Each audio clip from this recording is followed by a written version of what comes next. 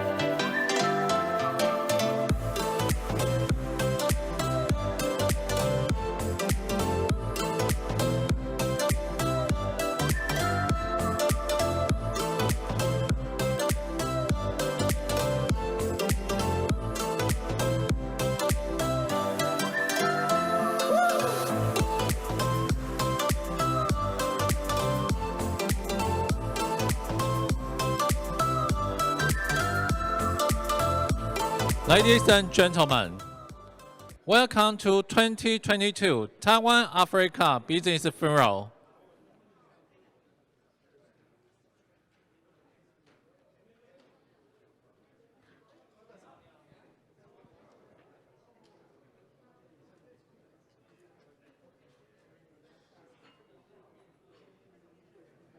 Ladies and gentlemen, the event will start soon. Please be seated. Thank you.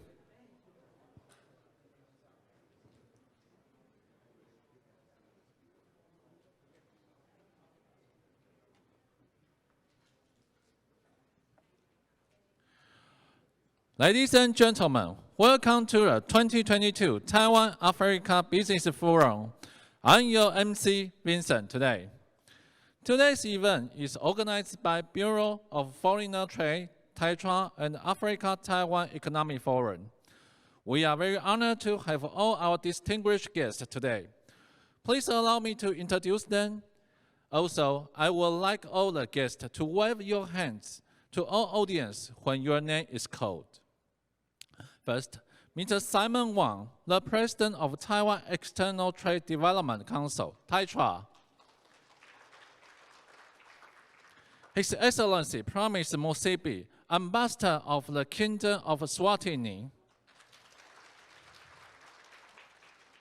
His Excellency Chen Haohu, Ambassador, Department of West Asia and African Affairs, MOFA. Honorable Mr. Gerhan Anderson, Representative of Louisiana Office of South Africa.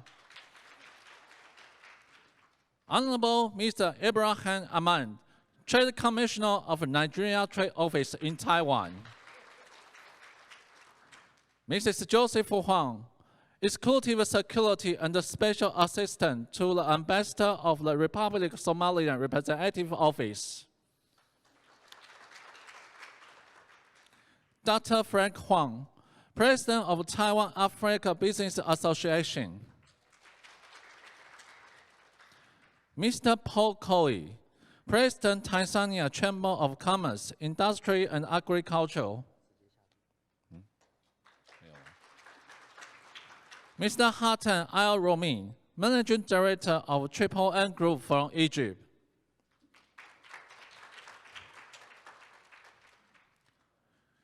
Mr. Jara Rahman Saklam, General Manager of Chemi and Coatex Industry from Kenya.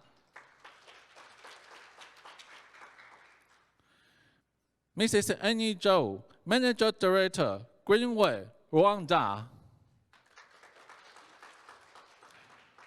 Mr. Manuel Buhan, Managing Director of Titan Protection Cell from DR Congo.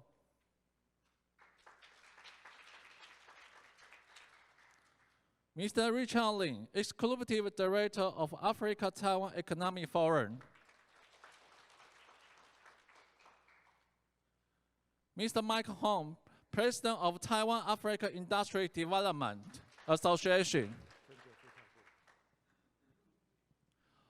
To start off today's event, I would like to invite the President of TAITRA, Mr. Simon Wang, to give us today's remark. Please welcome Mr. Wang.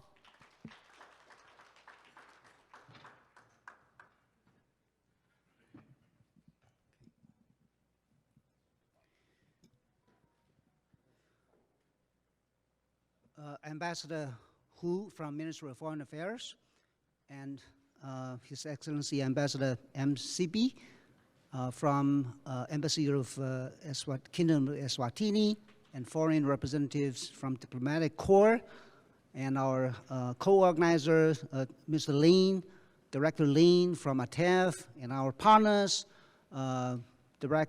Chairman Huang from TABA, Chairman Hong from TAIDA, distinguished guests, ladies and gentlemen, good afternoon.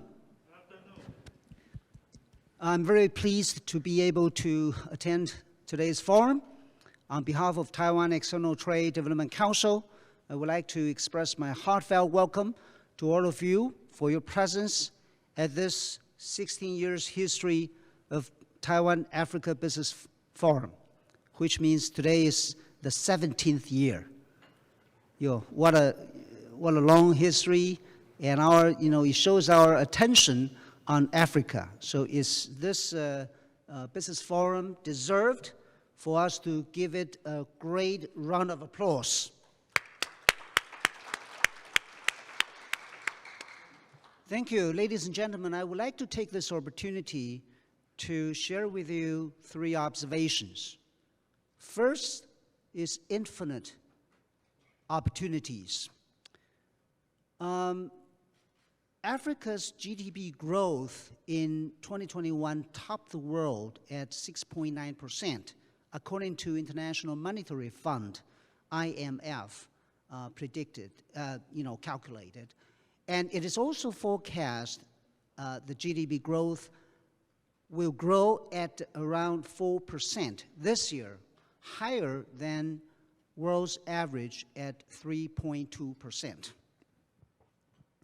And right now, there are a few of the regions on this planet embracing with demographic dividends. And Africa has a population of 1.3 billion, and it is forecasted by United Nations that in 2050, this figure will reach at 25 billion. And also, another thing we also pay attention to is African Continental Free Trade Area, which was effective in 2021, and it has been sealed with most of the trade negotiation talks on on customs tariff reductions, and it will be forecast to boost the volume of intra-trade inside Africa by 81% in the next 12 years. Second is visible fruits. Now we turn to the aspect of our bilateral trade between Taiwan and Africa. Last year in 2021, we had a bilateral trade volume reaching at $6.2 billion, growing by 58%. Very high, right? And this year, from January to October, our bilateral trade grew even further on top of the 58%, and now grew by 33%.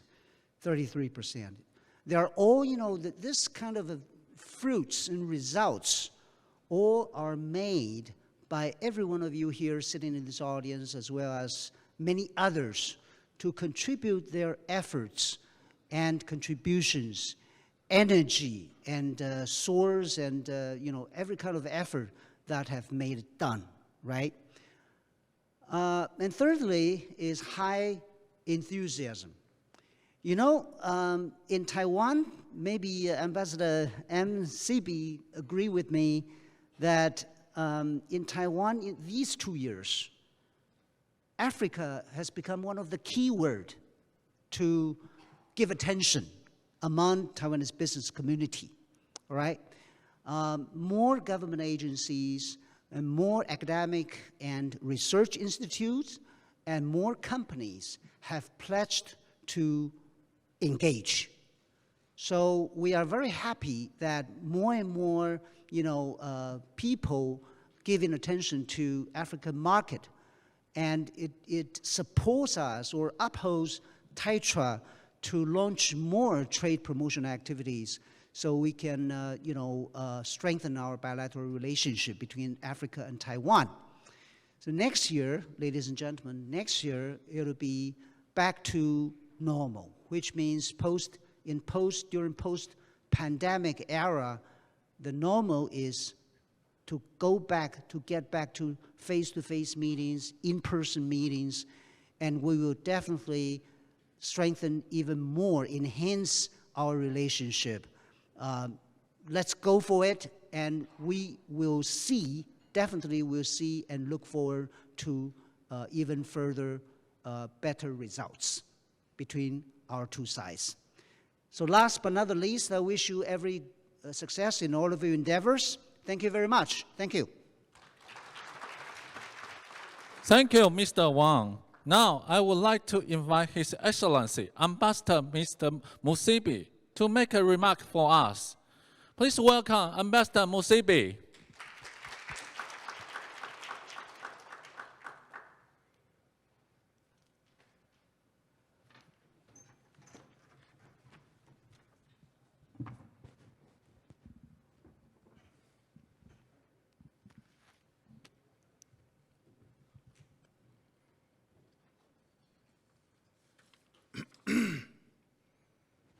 Mr. Simon Wang, President of TAITRA, His Excellency Ambassador Cheng Hu, Department of West Asian and African Affairs, Ministry of Foreign Affairs, Mr. William Liu, Deputy Director General, Ministry of Economic Affairs, Mr. Richard Lin, Executive Director, Africa Taiwan Economic Forum, esteemed business delegates from Africa and Taiwan, distinguished guests, ladies and gentlemen, good afternoon. On behalf of the African Group, it gives me great pleasure to speak and participate in the 2022 Africa Business Forum. Your Excellencies, please allow me to express our wholehearted appreciation to TITRA and your entire team for all the preparations undertaken for us to have a successful forum. We are greatly honored for the warmest reception you have accorded to each and every one of us, and I'm very certain that we are all looking forward to vibrant exchanges as we explore trade, investment, and economic opportunities between Africa and Taiwan, focusing more on digital and industrial trends. TITRA is an organization that has dedicated itself to help Africa secure a rightful place in the world economic stage despite considerable challenges. We are deeply indebted to the government of the Republic of China on Taiwan for encouraging TITRA to go beyond its comfort zone. I can assure you of our continued support, especially your offices in various countries across Africa. I am very confident that as Africa at large, we will be more supportive as we create a mutually beneficial relationship. In this year's forum, we are here to reconnect and recommit our interventions to develop a better Africa. Since we are in the digital and industrial era, we are honored to learn more on Taiwan's trends and opportunities to further take that knowledge back with us to our respective countries. As Africans, we have also underscored the importance of digital and industrial trends and opportunities. Distinguished guests, ladies and gentlemen, we all need to understand that we are the digital and industrial trends and what are the digital and industrial trends and opportunities? For manufacturers who want to remain relevant and not become obsolete, the industrial digital transformation is essential. Taking steps towards the digitalization of manufacturing, for an example, in manufacturing industry, even if it means a paradigm shift, this brings great benefits. For example, industrial companies will be able to see cost reductions with the application of digital technologies in their businesses. These benefits can be useful by taking advantage of the technological and digital world by using tools such as artificial intelligence, blockchain, machine learning, and Internet of Things, which are already guiding the industrial digital transformation in companies of all sizes. But where exactly do we go from here? We anticipate that this forum will help us answer this question. We have understood that the role of African business entrepreneurs and professionals in this new era must be strengthened to effectively contribute to Africa's Agenda 2063.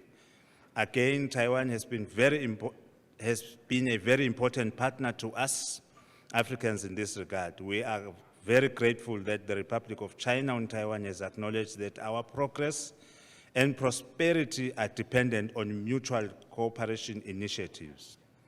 In supporting trade and investment in Africa, we have been greatly assisted by institutions from Taiwan, such as the Ministry of Foreign Affairs, Bureau of Foreign Trade, Ministry of Economic Affairs, African-Taiwan Economic Forum, Taiwan-Africa Business Association, Taiwan-Africa Industrial Development Association, Taiwan External Trade Development Council, and many more. These associations are surely helping Africa to reach its full potential of being the most dynamic economic zone in the world. In response, we are working extremely hard to improve our investment climate through the elimination of trade and investment barriers, especially those affecting our Taiwanese business partners. The Africans we have today are empowered enough and are now ready to become strategic partners for joint ventures, especially in digital industrialization. In these last few years, we have seen positive trends of Taiwanese investments across Africa. Business activity between Taiwan and Africa is rapidly changing from trade investments to digital industrialization. The various presentations by our business delegates here present will surely enlighten everyone here about how Africa and Taiwan can engage more in trade and economic collaborations, people-to-people diplomacy, resource sharing, and promoting institutional links fundamental to sustaining our cooperation and elaborating more on the digital and industrial trends and opportunities. The presentations will go further and expose Taiwan to available investment opportunities in the information technology, Internet of Things and related industries, and the application of such in different industries being digitalized in Africa. In conclusion, Excellencies, ladies and gentlemen, the Africa Group present here today will inspire Taiwanese business to seize opportunities offered by the African market. The President was saying, or he talked about the continental free trade area. As I speak right now, in Niger, near May, there is an extraordinary session at the heads of state level which seeks, amongst other things, to operationalize the outstanding documents relating to the full operationalization of the Africa Free Trade Area. We are all excited about this summit taking place in Niger, and we are looking forward in ensuring that opportunities that will be availed through the outcome of that summit will surely be presented to our fellow Taiwanese businessmen and women. We are here to assure you or to inform you that you cannot afford to miss this opportunity. We are here to facilitate. We are here to assist you to open the door. The President has clearly indicated that it is a new Africa, an Africa on the rise, an Africa on the move. It's either you are in or you are out. We are here with the keys. We are here opening the doors. Take the opportunity. Thank you very much. Thank you, Mr. Ambassador Mushibi. Thank you for a wonderful speech. Now, I would like to invite His Excellency Ambassador Hu to make a remark for us. Please welcome Ambassador Hu.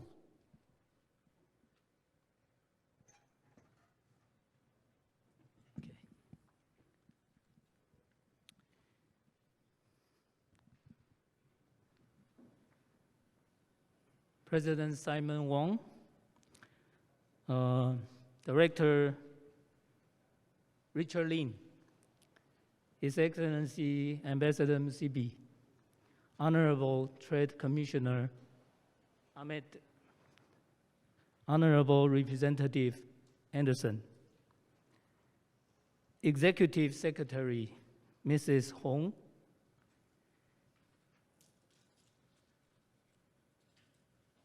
business leaders online from African countries, ladies and gentlemen, it is my honor and pleasure to attend the 2022 Taiwan-Africa Business Forum today. On behalf of the Ministry of Foreign Affairs, I would like to thank Taiwan External Trade Development Council, Ministry of Economic Affairs, and the Africa-Taiwan Economic Forum, ATEF, for hosting this meaningful international exchange event. Speaking of Africa, it is the world's second largest continent, covers 30 million square kilometers, with 1.4 billion people as of 2021. It accounts for about 16% of the world's population. The continent is rich in natural resources and blessed with a young workforce. Despite the impact of the global epidemic and the changes in the international crisis, Africa's economic performance is still full of resilience. As mentioned, President Simon Wang just mentioned, the International Monetary Fund predicts that Africa's GDP will grow by 3.7 this year, which is better than the global performance level. Moreover, the African Continental Free Trade Area, AFTA, presents a major opportunity to boost growth, broaden economic inclusion, and make African nations more competitive. And the Taiwanese government attaches great importance to expanding relations with African nations. Related government agencies are actively promoting the Africa Project, which covers 7 areas: medicine and public health, human resources development, agriculture and aquaculture, trade and investment, energy, mineral resources, and the basic infrastructure, ICT, and expatriate community links. We will be making a big effort to boost cooperation between Taiwan and African nations in these areas in the years to come. In 2021, trade between Taiwan and African countries reached over $6.2 billion, an increase of about 57.6% than previous year. We expect that bilateral trade and investment will continue to grow, allowing both Taiwan and Africa to share the fruits of economic development and cooperation.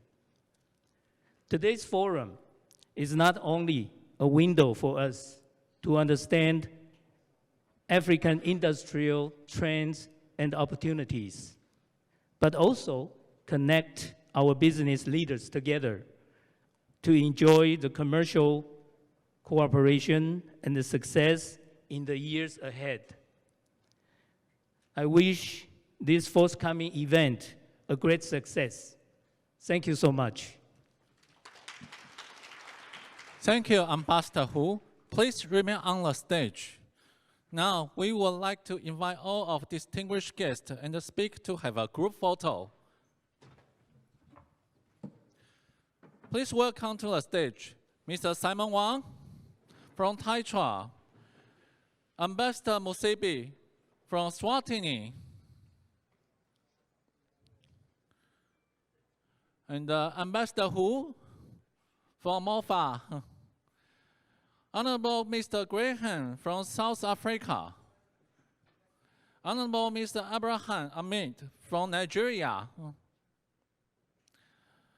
Mrs. Joseph Hong from Somaliland, Dr. Frank Huang from Taba, and Mr. Hatem El Mari from Egypt, Mr. Jarayama Saklan from Kenya,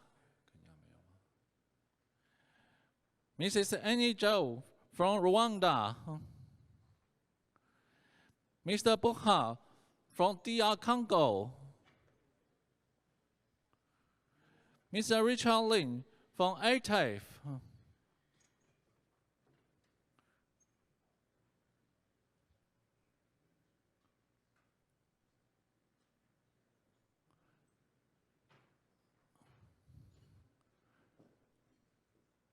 Okay, everyone, please look at the front. Can everyone take off your mask? Take off your mask, please. Thank you. And then look at the camera in front of you. And we also have a camera at the left of you. Can everyone thumbs up, please? And then look at the camera again. Thank you. Please be seated. Thank you very much.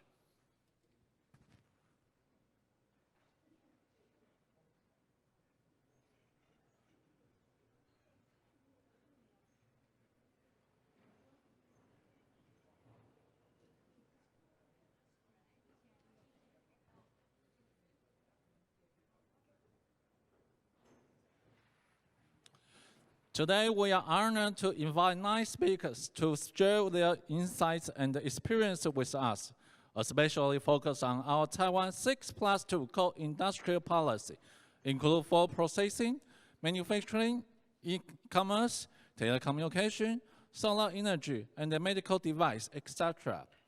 First of all, we have Mr. Bangari Sangis, Exclusive Manager and the Head of Trade, Swatini Investment Promotion Authority, to share with us the opportunity of Africa continental free trade.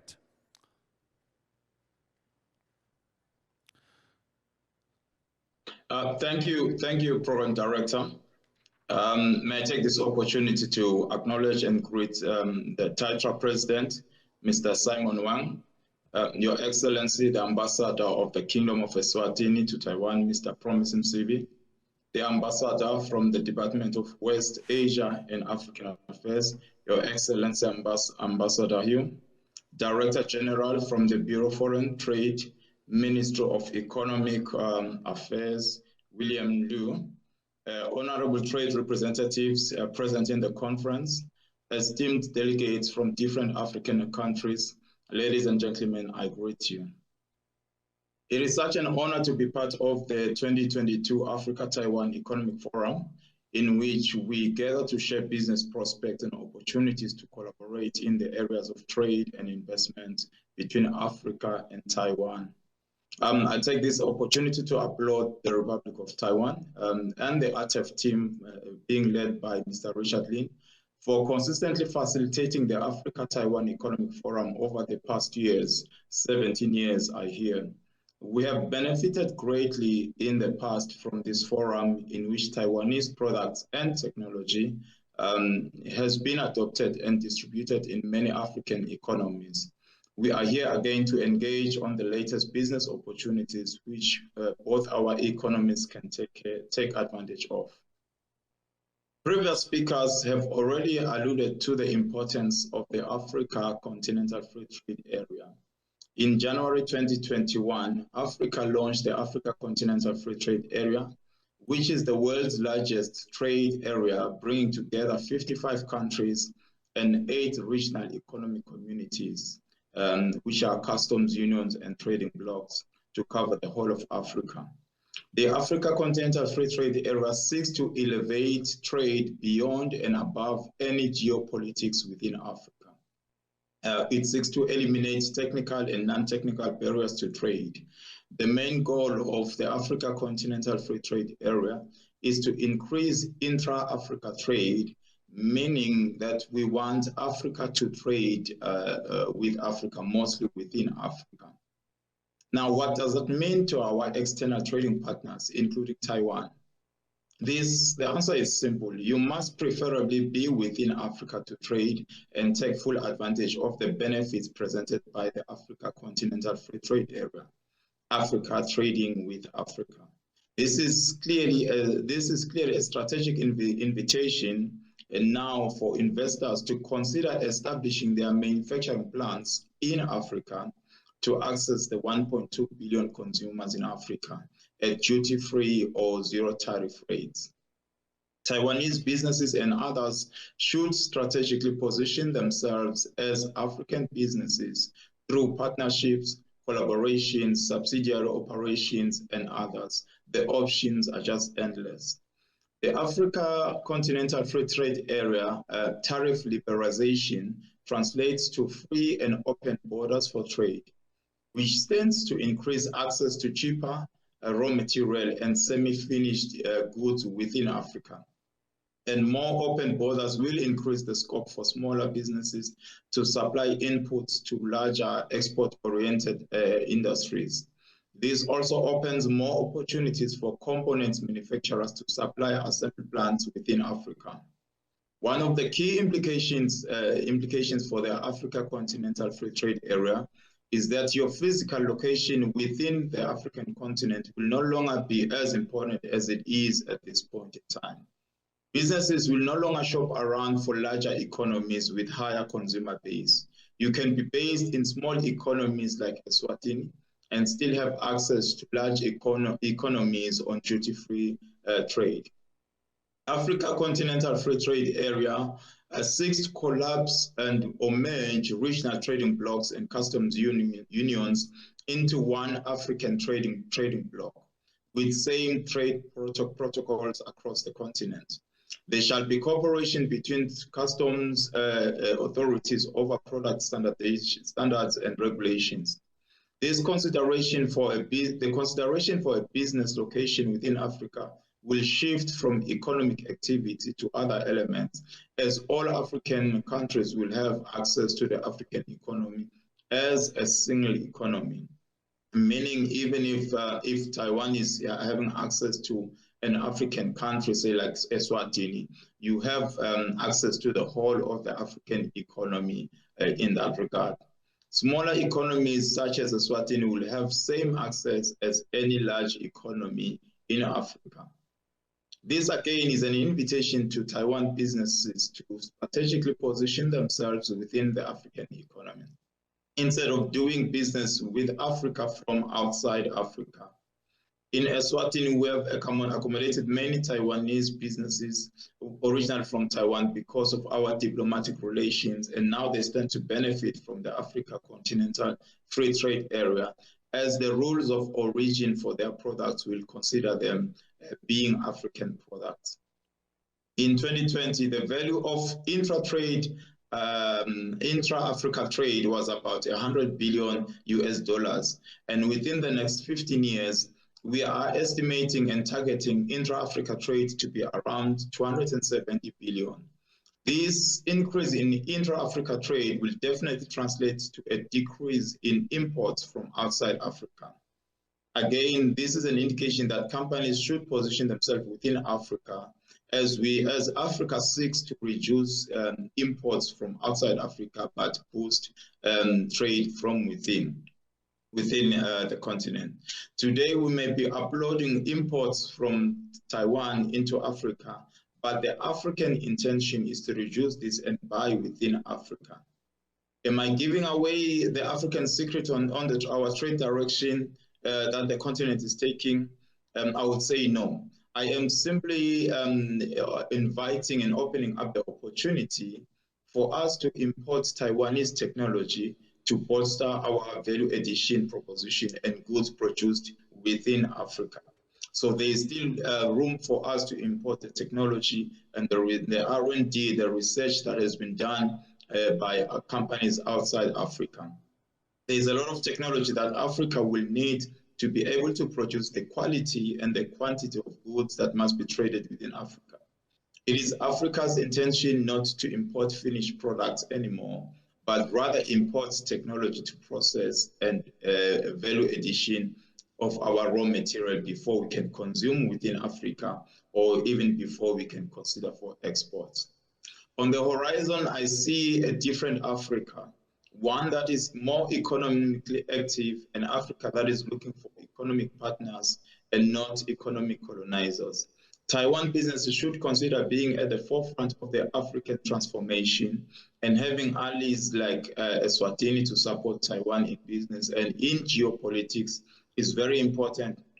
It's a very important footstool into the African single economy presented by the Africa Continental Free Trade Area.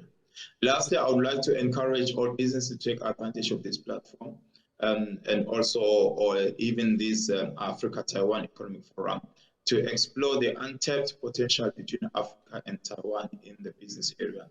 Ladies and gentlemen, it is my honor to be part of this event. I thank you all. Thank you, Mr. Sangas. Next, let's have Mr. Tanya Vo from SAMED South Africa to give us a speech on the medical equipment industry in South Africa. South Africa is one of the most sophisticated and promising emerging markets globally.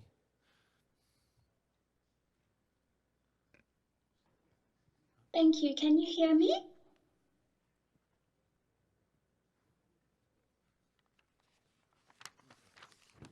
Can you hear me? Just checking.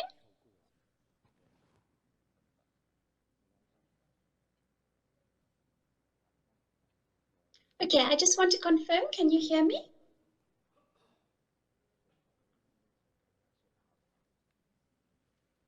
Jack, can you hear me? Okay, I'm going to assume that you can hear me. I hope that is the case.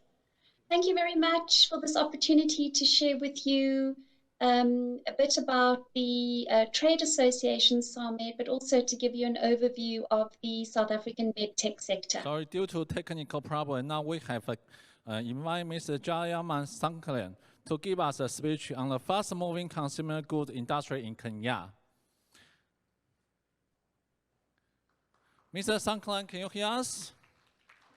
Mr. Sanklan.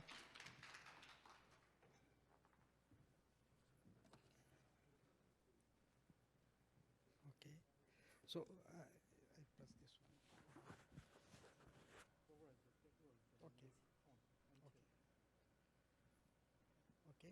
Okay.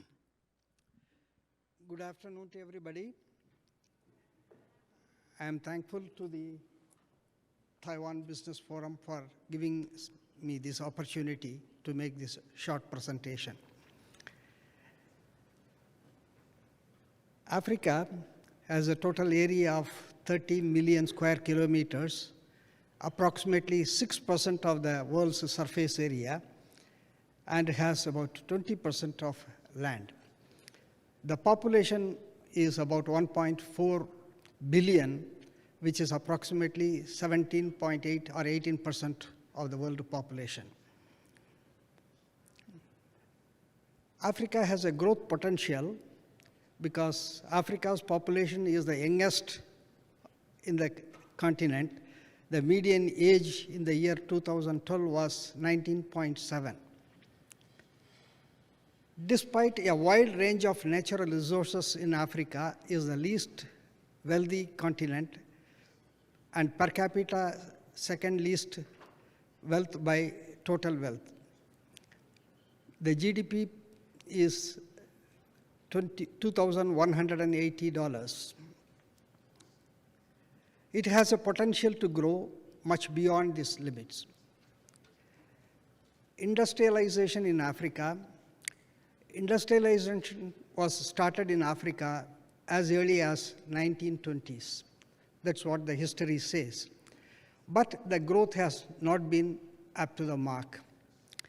Foreign direct investments, total natural resource utilization, trade openness, and financial development were the significant determinants of industrialization, and the determinants of industrialization is lacking in Africa.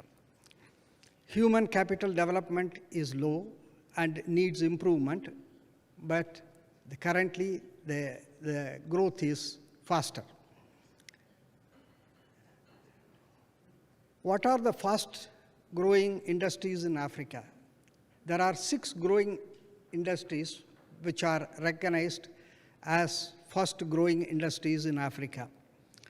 The first one is the banking and finance sector. The banking sector has seen rapid growth in these few decades. The growth is accelerated by the digitalization, growth of communication, and use of internet. Using mobile phone for money transfer for business and personal use has reached a high level of penetration in Africa. There is still scope for growth in this area. Safety of the transaction and protection from hackers is the need.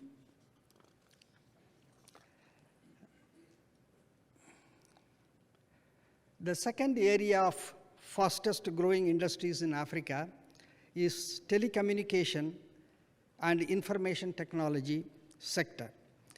Africa is undergoing a digital transformation reflected by the growing number of people connected to the communication and internet services. This is having a profound impact on countries' social, cultural, and economic frameworks through enhanced access to key services and improved productivity and efficiency across economic sectors. Leveraging mobile technology to realize developing goals in Africa requires collaboration by all stakeholders, including the government, development organization, private sector, and the mobile industry. There is an opportunity for Taiwan business development in this area, considering Taiwan is advanced both in hardware and software. I have presented the data of mobile communication growth in Tanzania. A similar growth is experienced across the continent in other countries, but for want of data, I am presenting only the Tanzania data here. Mobile has become the most pervasive communication platform in Tanzania. In the year 2007, around 5 million people representing 10% of the population subscribed to the mobile service. Today, the number of unique mobile services has grown fivefold to 25.2 million. This is the kind of growth that we have seen in the last 15 years from the year 2007 to 2020. Similarly, mobile internet for most people is the only platform available to get online. Mobile internet penetration has nearly quadrupled since 2010. In 2010, it was 18.5%, with more than 8 million new mobile internet subscribers added over the period. The total is now currently at 11 million mobile internet subscribers in Tanzania. This is in the year 2018. So this shows the kind of growth that is taking place in Africa. Trade and business opportunities for Taiwan is basically the CKD, SKD assembly of mobile devices, assembly of electronic device for communication, safety, and improved productivity. Service of electronic equipment, particularly in health sector, in hospitals and private nursing homes. Support to transport and logistics service with electronic gadgets. These are the opportunities for the Taiwan business to grow. The third largest growth area is transport and logistics industries. Over the past years, the African government has significantly invested in modern and comprehensive transportation infrastructure, construction of roads, bridges, so that transport across Africa has improved. Construction of seaports and airports have improved efficiency of import and export and transportation. New technology of electronic mobility is replacing fossil fuels. It is an area of opportunity for growth. Right from small battery-operated pallet truck using lithium-ion battery to bigger trucks, taxis, three-wheelers, two-wheelers, offering a wide opportunity for growth in this sector. The next growth area is mining industry. Africa continent has 40% of the world's gold and up to 90% of chromium and platinum. The largest reserves of cobalt, diamonds, platinum, and uranium in the world are in Africa. Gold Iron, titanium, zinc, and copper are the top produced minerals for 11 countries in Africa. Safety in mining, communication by wireless devices, mining machinery are the potential growth area in this sector. Growth potential exists in mining equipment, maintenance, and service equipments.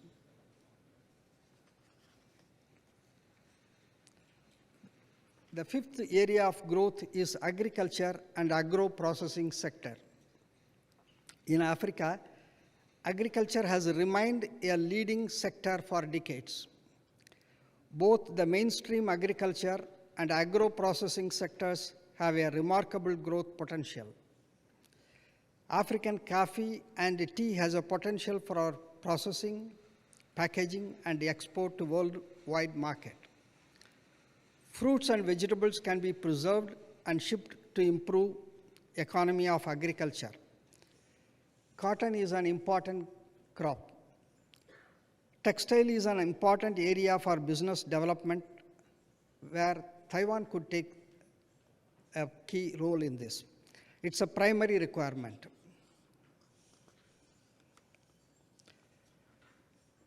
The sixth growth area is healthcare industry. The healthcare and prescription medicine sectors are estimated to be worth of $3 billion annually. Growth potential exists in pharma production, healthcare, and equipment service and maintenance. Data on animal husbandry protection is not available, but considered growth potential exists. Other areas of potential growth, I have listed out some of the areas where there could be a growth in business and Taiwan could take this opportunity. Fisheries, fish farming, fishing, and processing. This sector contributes to food and nutrition security and provides jobs. On average, globally, fish and fish products account for 18% of animal protein intake. Due to growing population and per capita income, demand for fish is expected to reach 30% by the year 2030. Current fisheries and aquaculture directly contribute $24 million to the African economy, representing roughly 1.3% of the total African GDP in the year 2011.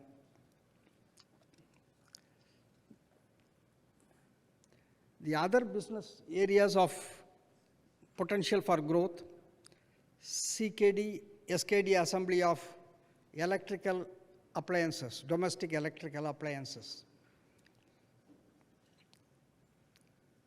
Electric motor manufacturing using copper from Zambia and local steel. Production of household appliances like fan, etc. Hand tools. Production of fasteners with heat treatment and protecting plating. Hardware items. Shoes. There is no organized large volume shoe production in Africa. Automobile and cycle tires.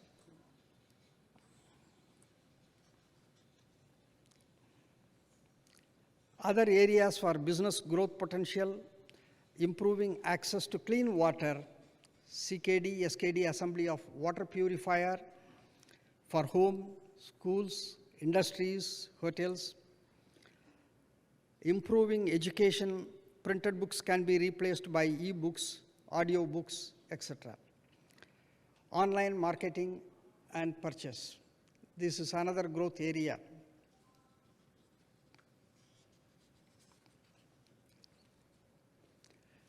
The slide presents the digitalization in Africa data for few countries.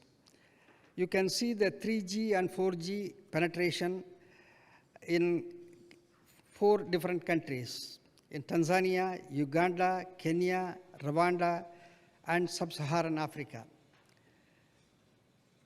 Whatever data that could be accessed with the relevance that I have presented here.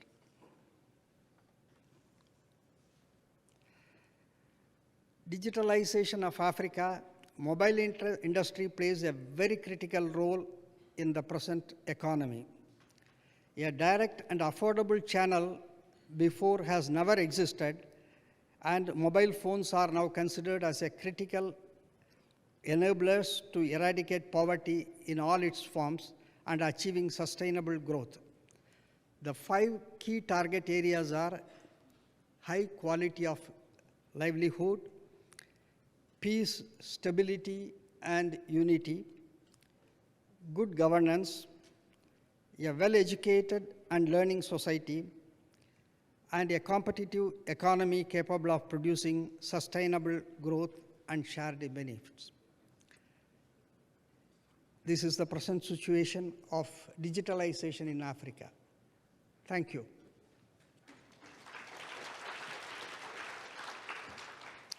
Thank you, Mr. Shaklan. Now, let's once again welcome Mrs. Tanya Vogt from SAMAD, South Africa, to give us a speech on the medical equipment industry in South Africa. Mrs. Tanya, can you hear us? I can hear you. Can you hear me? Can you hear me? Yes, I can. Now you can speak. Great. Now. Thank you. Can I just confirm that you can see my presentation? Yes, we can see it now. Lovely. So thank you very much to the organizers. Very happy to be here and to share with you a little bit about the South African medtech sector. So SAMED, which is the organization that I represent, is a not-for-gain trade association, and our members are companies that sell medical technology and in vitro diagnostics. And our vision is really to ensure a sustainable, ethical, and transformed medtech sector in South Africa.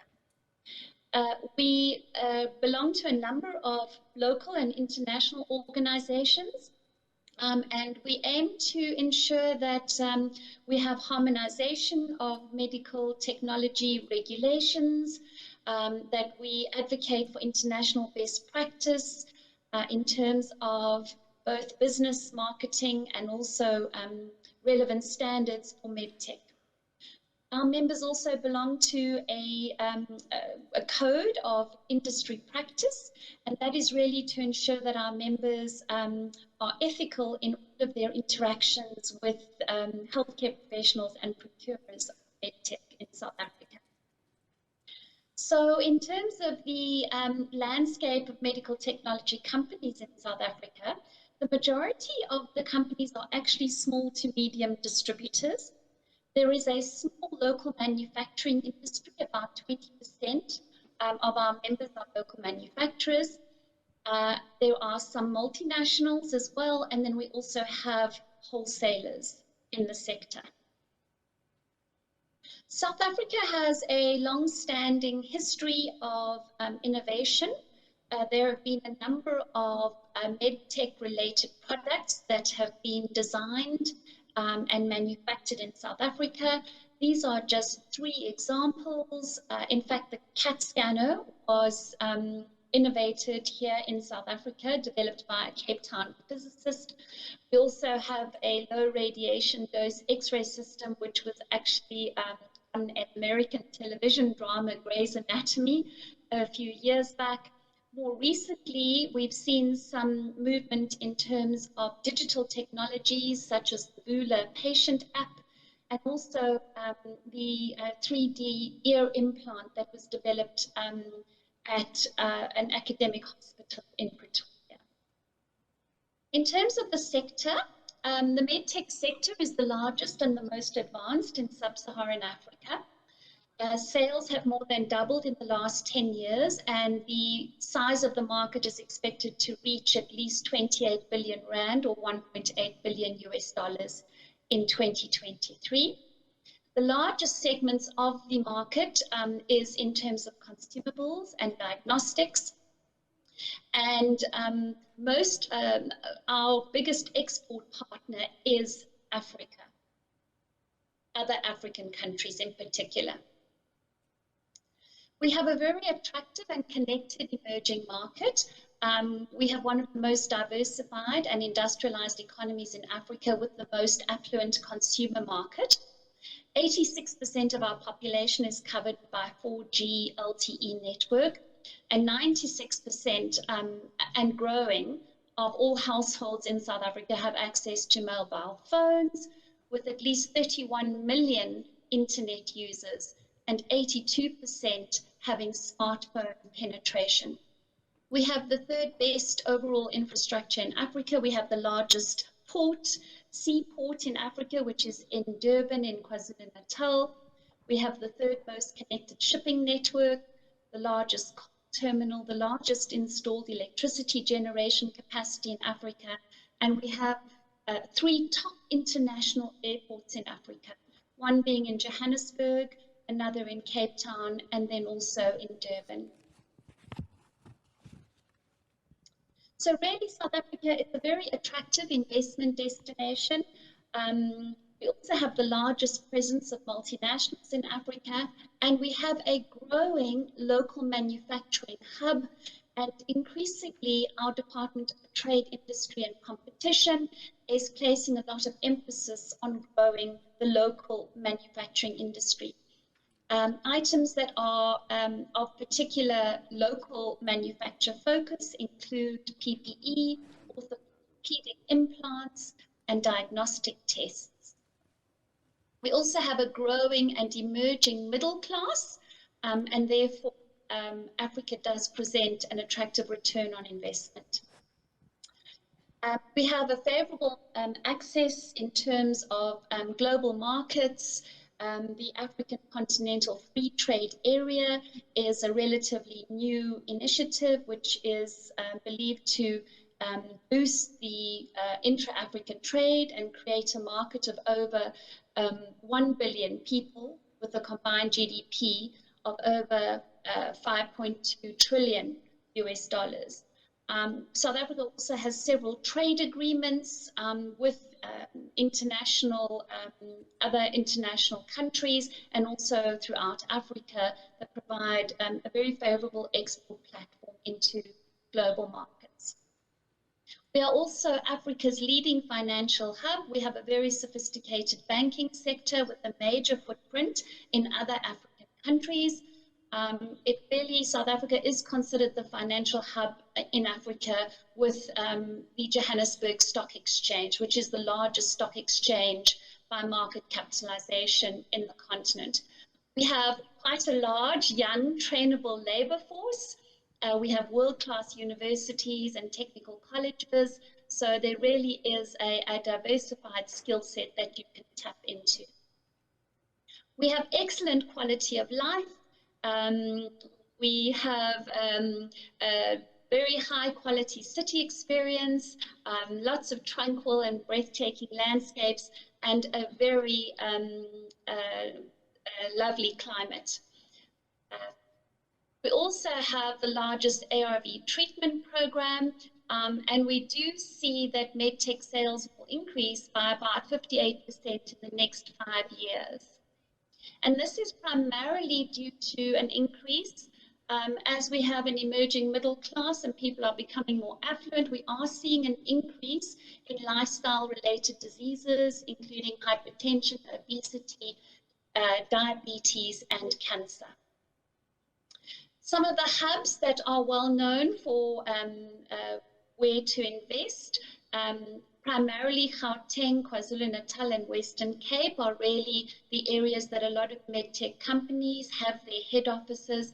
But more and more, we are seeing a growth in local manufacturing and support for local manufacturers, particularly in the Western Cape, also in KZN, and there is even some local manufacture happening in the Eastern Cape. So what are the opportunities? In terms of medtech, certainly I think there are opportunities in terms of partnering with local manufacturers, but also distributors, particularly in the supply of IVDs for diseases such as HIV, malaria, cancer, TB, diabetes, and your other lifestyle diseases. supply of telemedical and digital health applications, servicing and maintenance of medical technology is another area for investment, biotech and nanotech, testing and sterilization of medical devices. We don't have sufficient testing and sterilization capacity in South Africa. We do need to increase that. There also appears to be an increase in the use and supply of home and wearable med tech, and taking innovative medical technologies that are invented here on the South African market and then commercializing them elsewhere.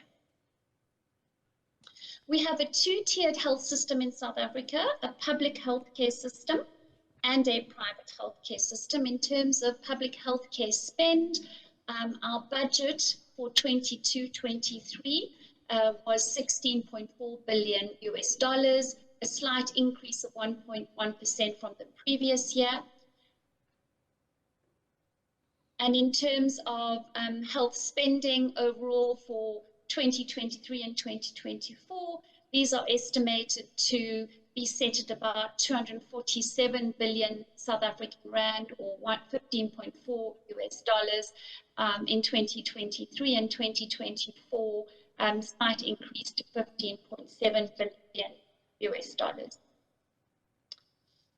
We do anticipate that spending on HIV and AIDS is set to decline, while funding for oncology and mental health will increase, although that has been shifted to a broader national health insurance grant.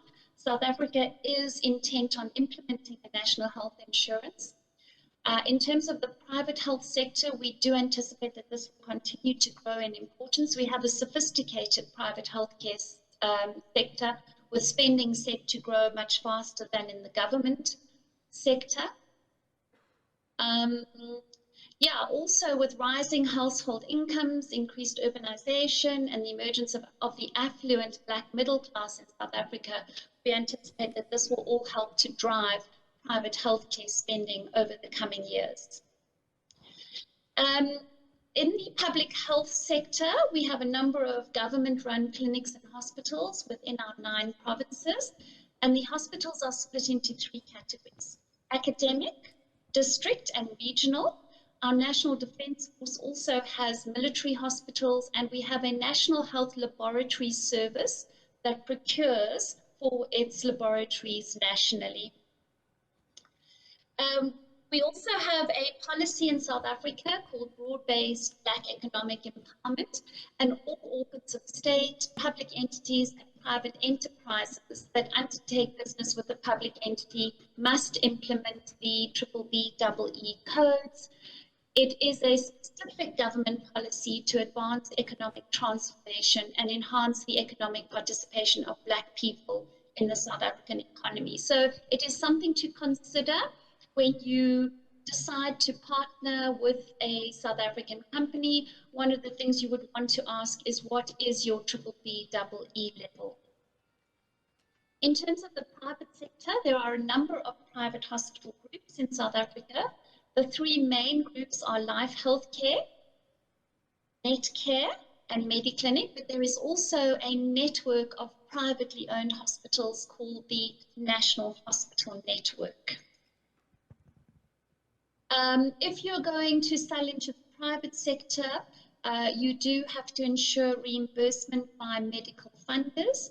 So there are a number of medical schemes and even the hospital groups who do a form of HTA, Health Technology Assessment, or quality and economic evaluation of medtech before they will agree to procure or even reimburse the product. There are 73 medical schemes or funders in South Africa. These are on the decline due to quite a few voluntary mergers that we have seen over the past. The major medical funder in South Africa is a medical scheme called Discovery Health, and they have a total of 2.7 million beneficiaries that belong to that particular medical scheme, followed by the government employee medical scheme of 1.9 million. In terms of regulations for medical technology, our regulator is called the South African Health Products Regulatory Authority. And in 2016, we had medical device regulations published. Every company that sells medical technology in South Africa has to get a license from SAHPRA in order to do so. And that license is valid for 5 years. However, you do need to retain the license every year. There are a number of fees payable. There are different types of licenses. There is a manufacturing license, a distributor license, a wholesaler license, and as I mentioned, some annual retention fees, and also fees for amendments to your license. Beg your pardon, I'm just going to close my window because there's background noise. Just give me 1 second.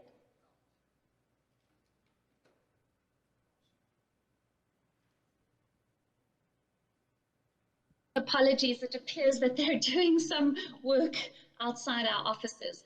One of the requirements when you get your license in South Africa is that you must appoint an authorized representative. This is a person who has to reside in South Africa, and they are responsible for the quality, safety, effectiveness, and all matters pertaining to dealings with the regulator. There are a number of other authorities that you might also need to register or ensure that you have met certain standards. These include the Directorate of Radiation Control that governs hazardous substances, in particular electromedical equipment and radiation ionizing equipment. There is also the Independent Communications Authority of South Africa, ICASA, and the NRCS. There are a number of requirements in terms of the regulations. So you are expected to report on any adverse events in relation to your products, should that happen. We have a classification guidance document. So MedTech is classified into 4 groupings depending on risk. It's Class A, B, C, and D, with Class D being your high-risk devices. There is also a number of other guidance documents to support medtech manufacturers and distributors in terms of how to navigate the regulatory space. And you do need to submit a quality manual when you apply for your license the first time. And in time, you will be required to show certification to ISO 13485. And that will become a mandatory requirement here in South Africa.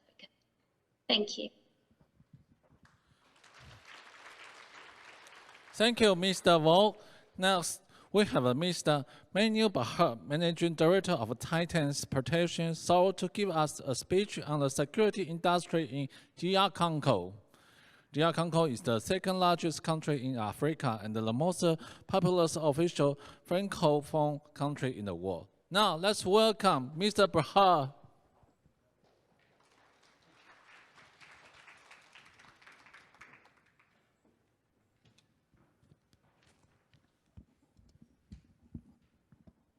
Thank you.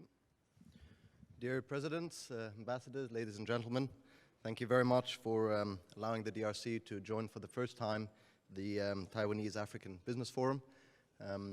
It's been a few years since the forum has taken place, 2018 if I'm not mistaken, due to Corona, so all back on track. I'd like to present the DRC, Democratic Republic of Congo, 2nd largest country in Africa, 85 million inhabitants, and still quite undiscovered. Because of the first time joining, I'd like to introduce the country also through its history. It'll come at a later stage, but most of you would know the country as Zaire, and it has since then been changed to Democratic Republic of Congo. So the DRC was only discovered in 1874 to 77. Before that, all the other neighboring countries had already been colonized, and it was the last one to be colonized by the Belgians in 1908.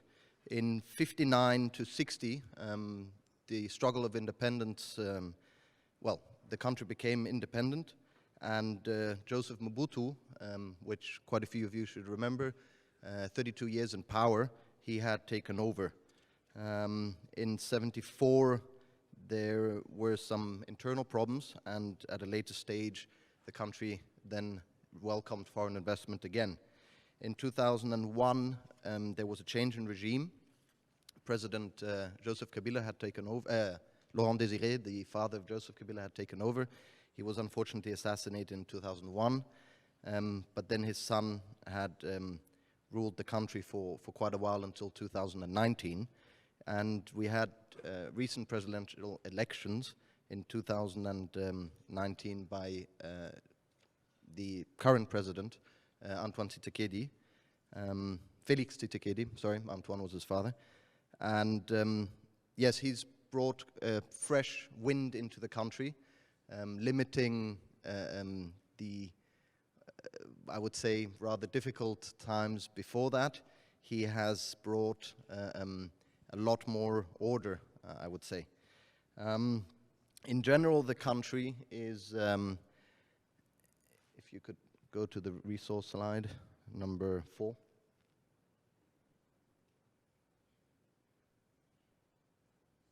Go on. 2 more. More. Go ahead. No, that's the beginning. Slide number 5. There you go. No, 1 more. Yes. Resources, as mentioned earlier, it's the second largest country, but by far the richest country. You won't believe it, but every single mineral on the Mendeleev table exists in the DRC soil. So it's the only country in the world.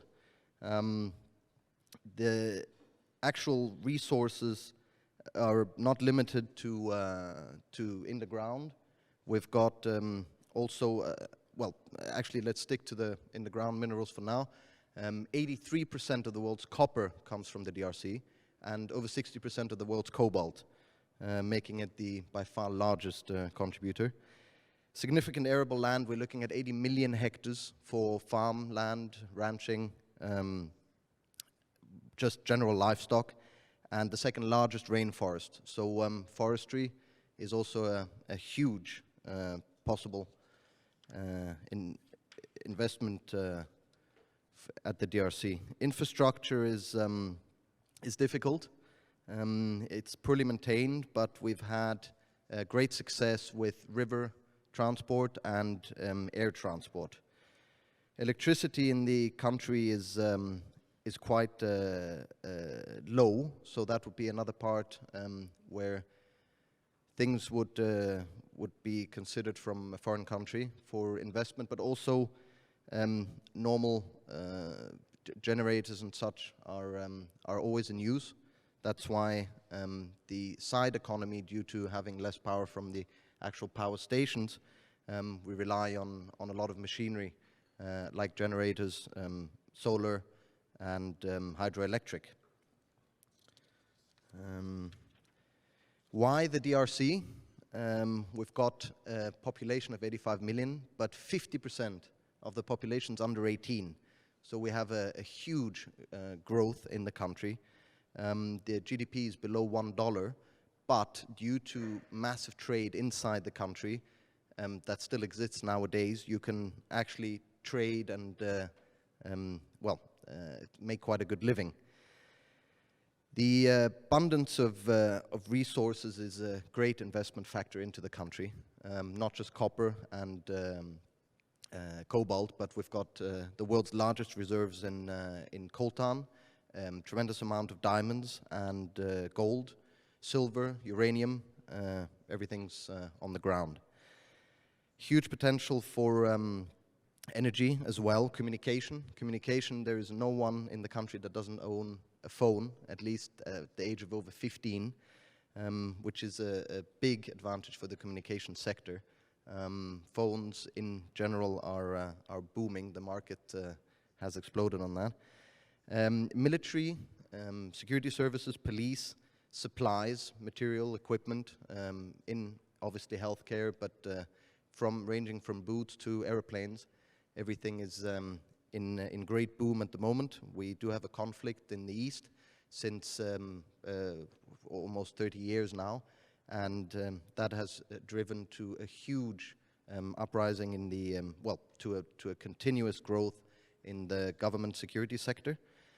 Food in general, most of the food is imported. We do have some local food processing plants, but we're looking at a lot more in the future. Plus, the ability to actually process on the ground is still quite untouched, so that would be another massive sector that Taiwan could look at. And obviously transport, from solar powered motorbikes to trucking in general, especially big military trucks for the bad roads would be a great opportunity for the DRC. Why and what to sell in the DRC? Cell phones is a big one, as mentioned, but also solar panels from A to Z. Little plug-in and got a battery, can charge the whole household, at least light at night, charge the cell phone for the kids to stay up at night and do their homework. Walkie-talkies is another big one. Due to the inside of the provinces, we do have limited network. That's why radios, walkie-talkies in general with relay is the means of communication. Batteries and drones has become a big factor. Due to the power problem, most households actually have backup batteries if they don't have a generator. Drones, Taiwan is also a drone producer, is something that has, with a Turkish and a Japanese alliance, become quite big, and I would welcome Taiwan for those kind of for that kind of equipment. Food package, car parts, another big one. The population doesn't own a lot of cars, but the general upper class have a huge transport and taxi service, and with those, the amount of car parts needed is tremendous. Food packaging is another one. We do have a huge local agricultural production, and all of it is sold freshly. There is not even about 5%, 95%. Only 5% gets packed and then resold in the country, so that is another big part.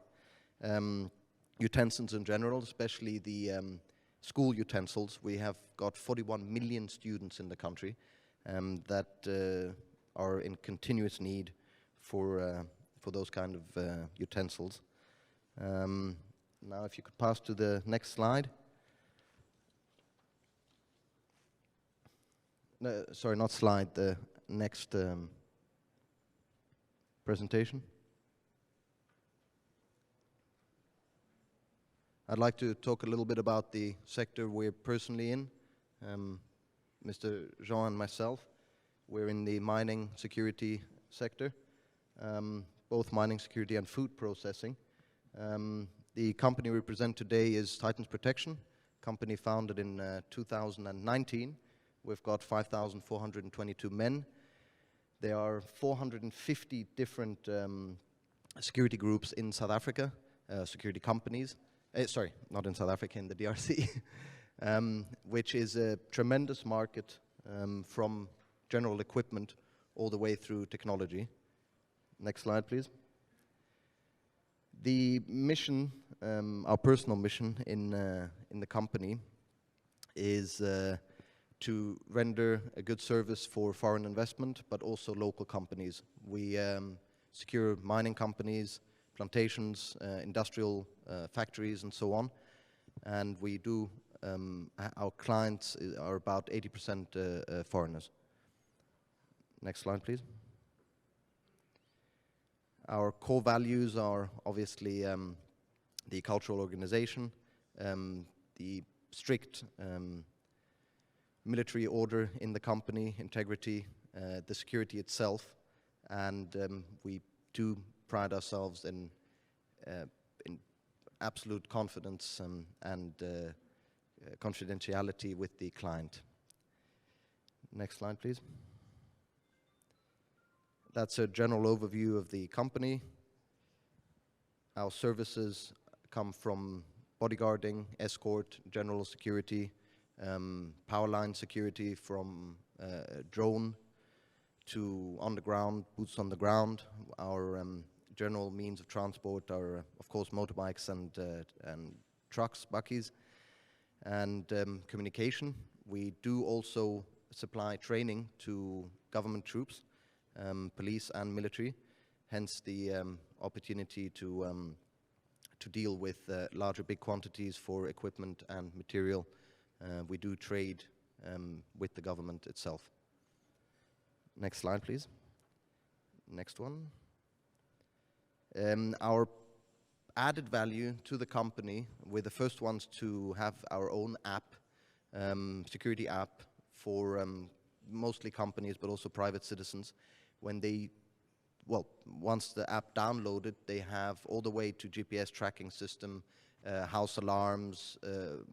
They can, our operation room is tracking not just themselves but also their obviously home, factory, direct communication with each guard on the ground, which each one of them have a little device to make that happen, which is for the country so far a very advanced security system. We're very proud of that. Next slide, please. The latest achievement since a year has been drones, with which we protect very large areas from private to government areas, especially power lines. Also the mining sector.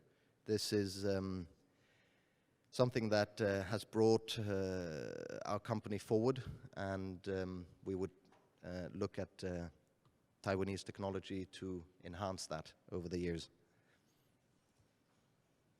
Next slide, please.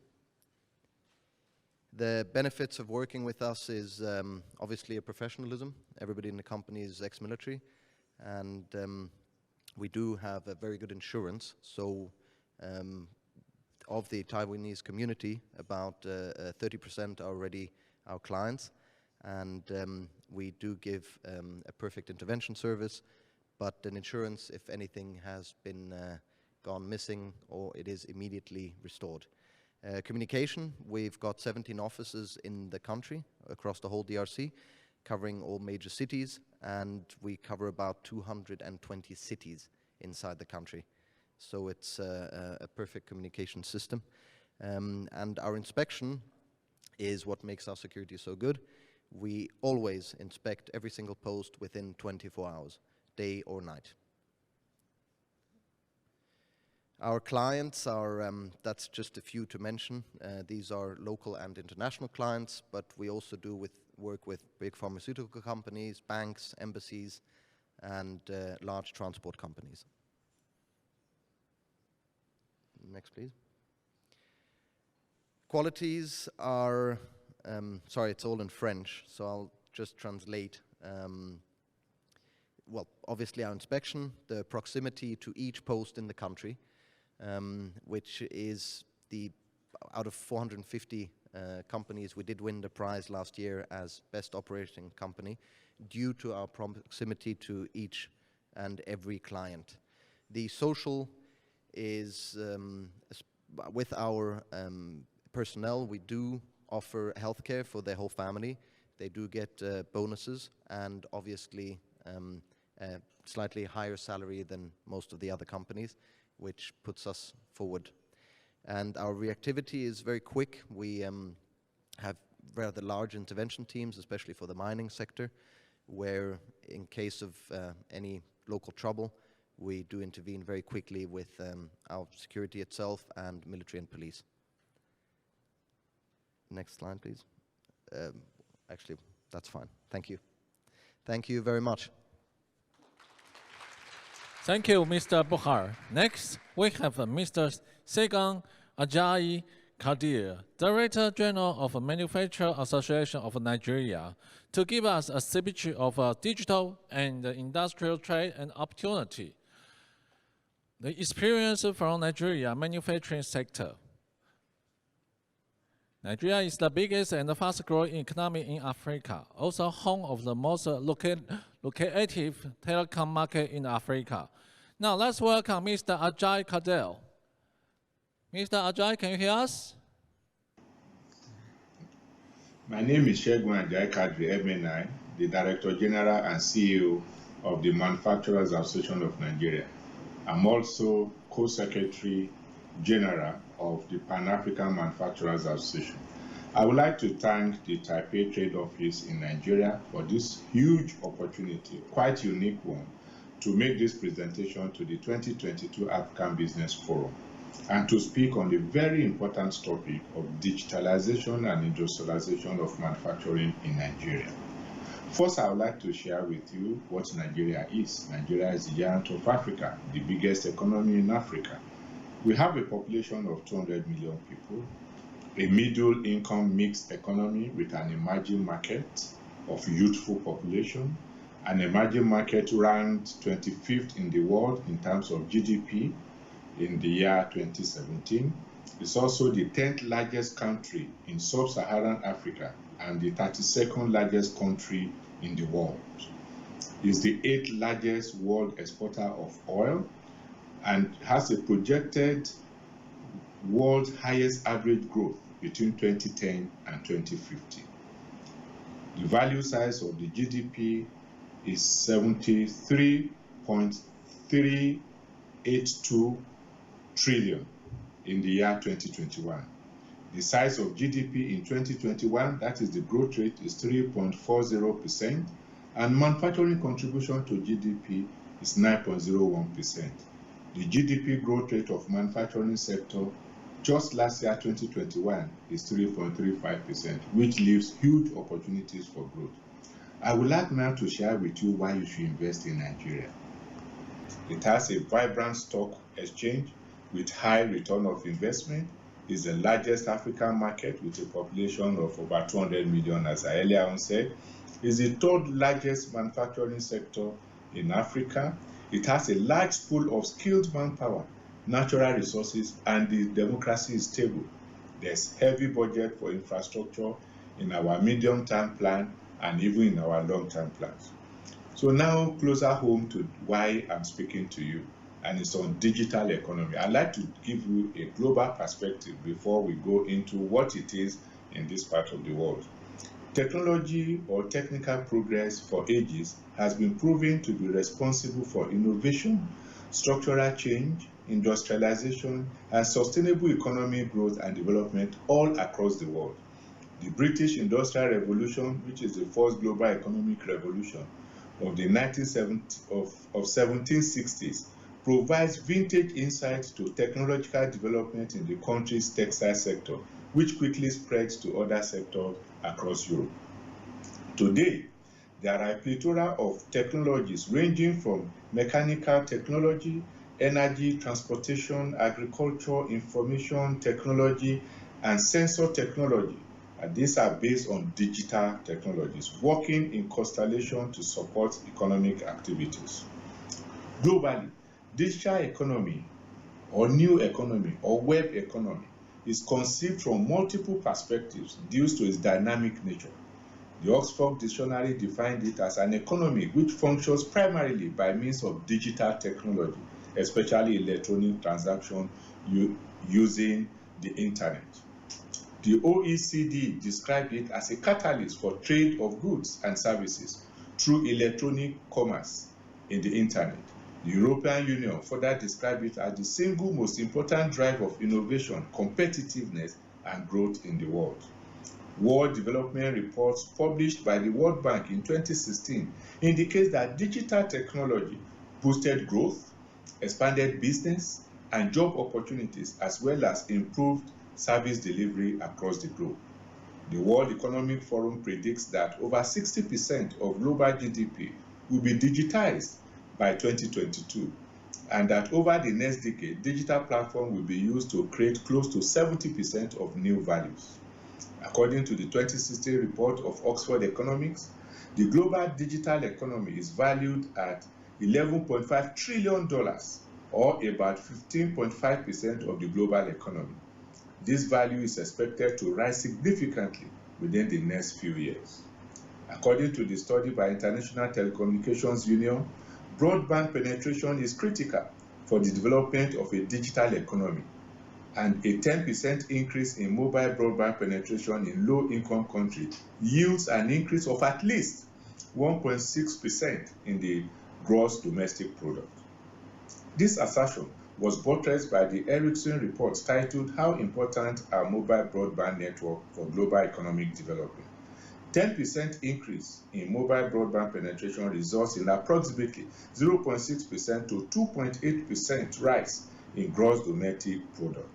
Now, having given this broad background, I would like to share with you the available platforms in Africa for us to unleash these possibilities. There's a Pan-African payment and settlement system that is being promoted by Afreximbank, a digital platform launched in January 13, 2022 to facilitate cross-border trade in 44 local African countries. It's expected to save African traders about $5 billion annually in currency convertibility. It enables instant payment within 2 minutes. No need converting local currencies to foreign currencies to make purchases across the continent. Process settlements within 24 hours across all participating central banks at the same time, real time. And secondly, we have the African Trade Gateway. It is a one-stop digital platform with information on rules that apply to thousands of products, customs procedures, market information and trends, and payment transfers. It is also a tool for small business connectivity with information ranging from marketing strategy, due diligence of the marketing partners on the continent, and the Pan-African payment and settlement system. I would now like to delve into an overview of the Nigerian digital landscape. The digital economy in Nigeria is currently contributing an impressive 13.85% to the gross domestic product of Nigeria. And this is a Nigerian Bureau of Statistics report of 2019. And this undoubtedly underscores the importance and potentials of this new economy with possible positive trickle-down effects on jobs and wealth creation and easy diversification of the economy. Fast-growing youth population, expanding consumer power, and increasing smartphone penetration provide a strong basis for online commerce and financial technology, with 50% of Nigeria's population, that is 104.4 million, are connected to the internet. The potential of the digital economy in Nigeria is huge. For instance, there is need for significant improvement in broadband penetration to at least 70% from the paltry 25.4%, and investors may have the first mover advantage as government further liberalizes this segment of the ICT industry. With over 23% increase in mobile penetration in the last 3 years, and roughly 70% of the population has access to mobile telecoms, and 50% of the population are under 19 years of age, 35% under 35 years of age. With over 187 million mobile connections, which is 90% of its population, with 10 to 20% to the population having smartphones.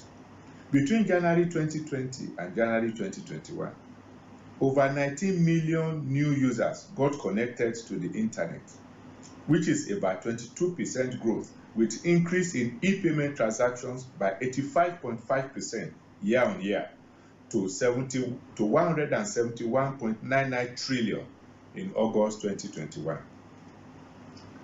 E-commerce spending is estimated as $12 billion, with a projected $75 billion annual revenue by 2025. Nigeria ranks 143rd of 176 countries in 2017 Global ICT Development Index ranking, with ICT sector made up of 18.44% contribution to GDP, 3 times more than the oil sector in 2022 Q2 alone. Nigeria currently ranks 63rd out of 100 countries worldwide for tech in fintech landscape, and 2010 to 2025 fintech companies.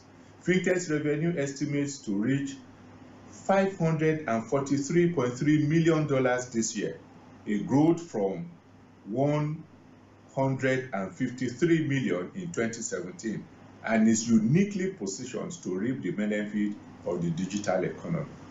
Lastly, Nigeria accounts for 47% of West Africa's population, the third best African country for tech, behind South Africa and Kenya, and the largest mobile market in sub-Saharan Africa. All these figures have shown the potential for investment, for transfers, for engagements, for partnership with Nigeria in this large, huge digital landscape. I would like to conclude by giving some word of advice to the Taiwanese government, that the government should focus on development-oriented technology, because that is what the country needs, and that is what all the government policies are supporting going forward. Investment in Nigeria comes with a lot of incentives, which the Manufacturers Association of Nigeria will be glad to support any businessman from Taiwan and from other parts of the world to be able to take advantage of and grow the economy in an inclusive manner. One of it is that there is no nationalization or expropriation of businesses by the government. These are enshrined in our laws, and you can be guaranteed that it works. There's 3 to 5 years tax holiday for investment in form of pioneer status, and this is very, very evident in this digital sector.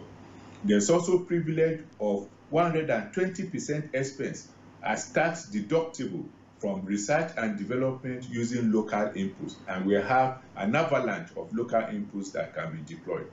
There's also a one-off concession of 20% of the cost of providing basic infrastructure under the government infrastructure development project. And the last one I'd like to share with you is that there's seamless repatriation of net profit and dividend. These are enshrined in our laws, and they give guarantee to any would-be investor to make Nigeria the destination for investment. I thank you very much for this opportunity, and I wish you a successful deliberation on this call. Thank you very much. Thank you, Mr. Ajayi Kadel. Ladies and gentlemen, it is time for the first Q&A session. Now we would like to invite the moderator, Mr. Richard Lin, Mr. Sankala, and Mr. Lomango, on behalf of Mr. Buhar, to come onto the stage.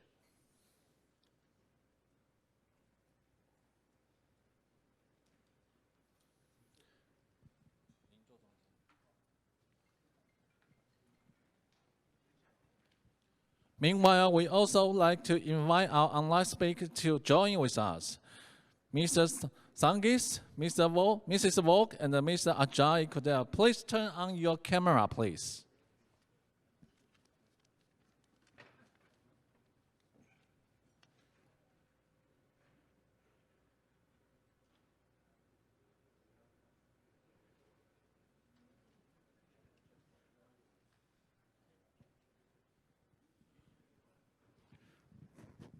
Mr. Lin, the stage is yours. Okay. Time is constrained, only have the 10 minutes, so there's in the very fast pass. I'm sitting here because there will be many questions, and I have my board, like ambassador and CB, ambassador, the South Africa and the Nigeria and the Somaliland. But actually today, we have some other presenter from other country. So me is only a host, just like a master of ceremony. So if you have, for those 5 speakers, if you have any question, please raise your hand. Any question for the, okay, sir, yes. Yes, sir, on my left-hand side.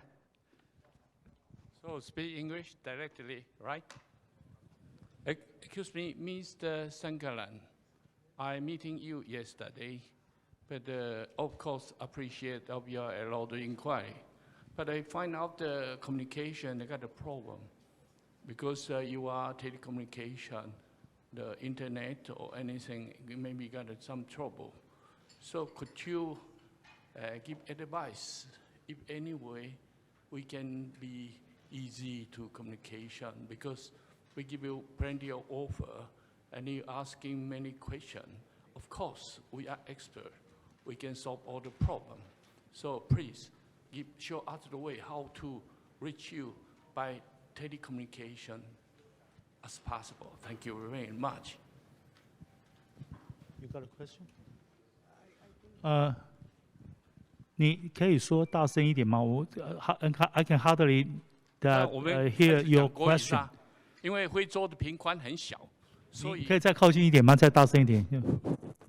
那个非洲的频宽很小，所以昨天 Mr. 桑克兰有跟我 inquire 很多东西，很多 question， 我们要一一的 reply。那昨天我们用 Internet 要去回的时候，就是打不开，因为那频宽我认为是有一点问题。那因为这是大家的问题，我看好几个 speaker 都是讲 telecommunication 都有问题，那是不是我们怎么样沟通？意思就是说用信呢，还是用 fax 呢，还是要cellular phone， 这任何的东西我们可以很有效的跟你报告。谢谢。所以你的意思是说，因为非洲的频宽不够大，所以要怎么样用正确的工具，包括你刚刚讲的是手机或其他的方法上网，是这个意思吗？对啊，它有一个 WhatsApp 就是大陆在用的，台湾就比较小。那 Line 台湾是比较所以你是说通信软体嘛？不是通信什么方法，因为通信最怕麻烦就是。Okay, I think his question is for Africa, because sometimes the internet is quite slow. So, do you using any specific technology or what kind of the social application to speed up your communication? Okay, you can use your microphone. The most common social application used in Tanzania is WhatsApp. WhatsApp communication has helped business in all walks of business to improve the communication. So WhatsApp is the most common one. As I indicated in one of the slides, the 4G is now getting implemented in most of the areas. So 3G penetration is high, but 4G is also now growing in terms of penetration. So over the years, in the next 2 years, we hope the communication would further improve because the 4G network would cover most of the areas in Africa.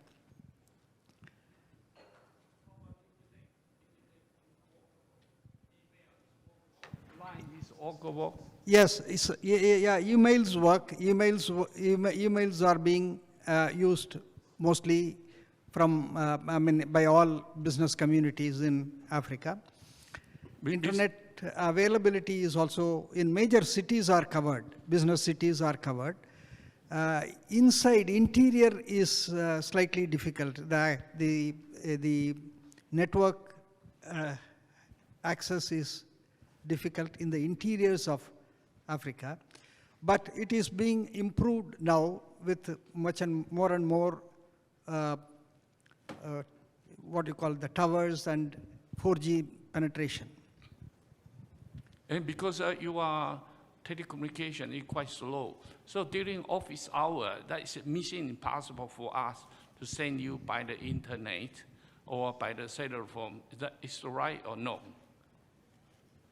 Because the traffic is very heavy in the telecommunication. Yes, most of the text information is getting transmitted easily, but most of if you want to have a live chat or a video communication, that's little difficult. Depending on some places, it is possible where 4G network is there. Other places, it is slightly difficult. I do agree that. But okay, that's in this way, because we are spending a lot of time. So right now, my question is, for Tanzania, okay, and for also Congo later, and also for some other country. First of all, in Taiwan, we use a fixed rate, which is you pay certain money, you have a 5G all the time. But I know in Africa, sometimes you only buy a 1G or 2G. Yeah. So actually, you cannot turn on your internet all the time. So my question is, I want to know in Tanzania, so if you cannot turn off your WhatsApp all the time, so is there some other way for you to guarantee get information, something like email or mobile phone? I text a note to you. Yes. It will be more efficiency than just like a WhatsApp. Yes, yes. The mobile phones are working, but internet is not on all the time. That is true. So the gentleman said in Africa, actually in Tanzania, that he is indicate that mobile phone or internet is not turned on all the time. So if you want to send information, that I suggest email, or you can text message Yes. in for your phone. On the phone. On Yes. the phone. How is in Congo, sir? Yes. I thank you. Let me try to tell you the technologies.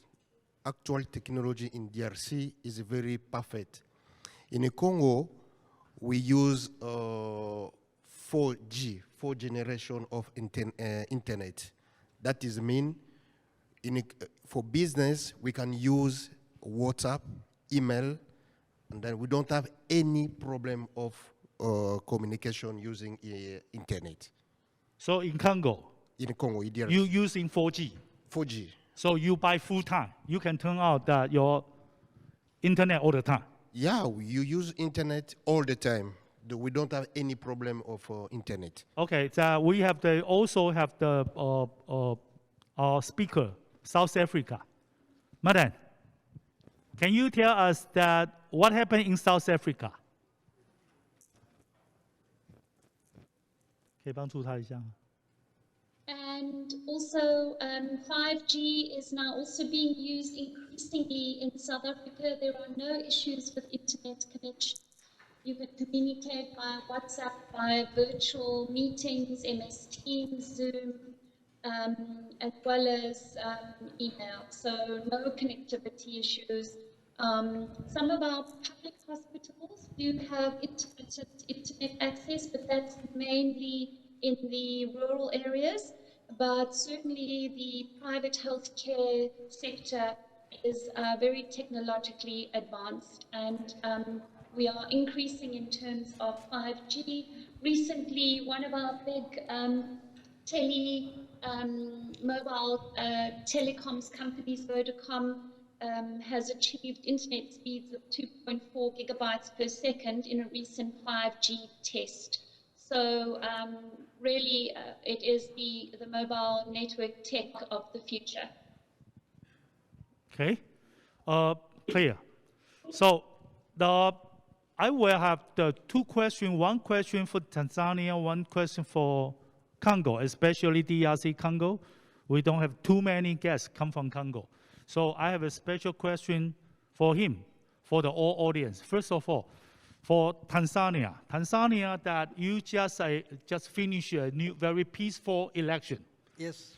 So I see your presentation, Yes. but I would like to know, are you familiar with Taiwan?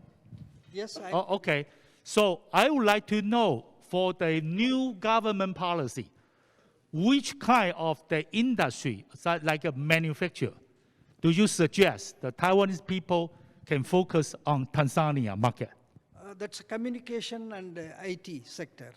Communication and the IT sector. Information technology. Also, the communication like a mobile phone, like a SIM card. Yes, mobile phone, and also there are other mobile devices, and also particularly the devices which can be used in industries for what we call as low-cost automation. low-cost automation, especially for industries, like a smart factory. Small sectors. 我再简单讲一下哈，这个坦桑尼亚他刚刚讲一个非常重要，如果您是做通信产业、资通产业的哈，那个地方其实蛮适合发展的。在他刚刚讲另外一个问题就是 low-cost 的 automation。当你要讲这个工业4.0，有的时候我们真的是打太高了。他现在是讲比较价廉物美的这个制造，啊，制造业，你比如半自动啊、全自动啊等等。Okay, thank you. So I have another question for Mr. Kango. That I know you are in a security industry. I don't mind if you can share your customer, but you don't need to name who is your customer. That I would like to know, especially in DRC Congo, what kind of the customer that doing the factory or manufacture or whatever, because I'm Taiwanese. So I'm asking for Taiwanese people who doing the manufacture or for those kind of the industry. In your customer, can you figure out what kind of the industry, something like textile industry, they doing the plastic injection, or they doing a such kind. So can you give us a small trade that we can focus on which industry is right now is emerging in DRC Congo industry? Thank you. If we want to tell you about the opportunity for the security industry, we would like to tell you we need more people to come to Congo. About the security industry, we need uniform. So we need uniform. So our company security, we like people who they can see the Congo with the eye of investment. We need people to can bring the uniform. We need also people who they can supply about boats. There is shoes who they call botin security boats, and then we need equipment. So people also, as we come, we are talking about this Forum African Opportunity Business. We want people in the sector of security to have partner, to have people from Taiwan who they can come to invest about equipment, about material of security. OK， 刚刚我们这位刚果先生他讲一个很重要哈，我们台湾比较少去接触，其实我们到处都是制服。Uniform is not only for security, but also for military, for police, for school, for. Yes, in Congo, we have the system of tender. There is operators like us who government given the tender, can give you the tender to produce, to come like here in Taiwan, to produce uniform of police and uniform of army, military. So it's also very big market to people to look forward to get that opportunity to produce uniform, police uniform, also the army uniform. 是那个制服产业哈，其实在非洲哈不止，其实对我来讲，我在这个地方工作这么多年哈，制服产业一直都是非洲一个，不要说大宗啦，它绝对是一个蛮好的产业哈。接下来我会问一个问题，有关于医疗的问题，就是有关于比如说洗肾啊这一方面的工作，在非洲也很缺乏。我想问一下南非哈 ，Madam South Africa， question. In Taiwan, we are very happy. We have a big number for dialysis, kidney dialysis. I would like to know that in Africa, especially in South Africa, what is the today's situation for the patient and also for medical? We have a lot of number that in South Africa that we can do the dialysis service, or either way, we have a lot of customer that because we are lacking of the dialysis equipment or service, so they have facing the daily problem. That I have no idea because in Taiwan, we have a big number. Thank you.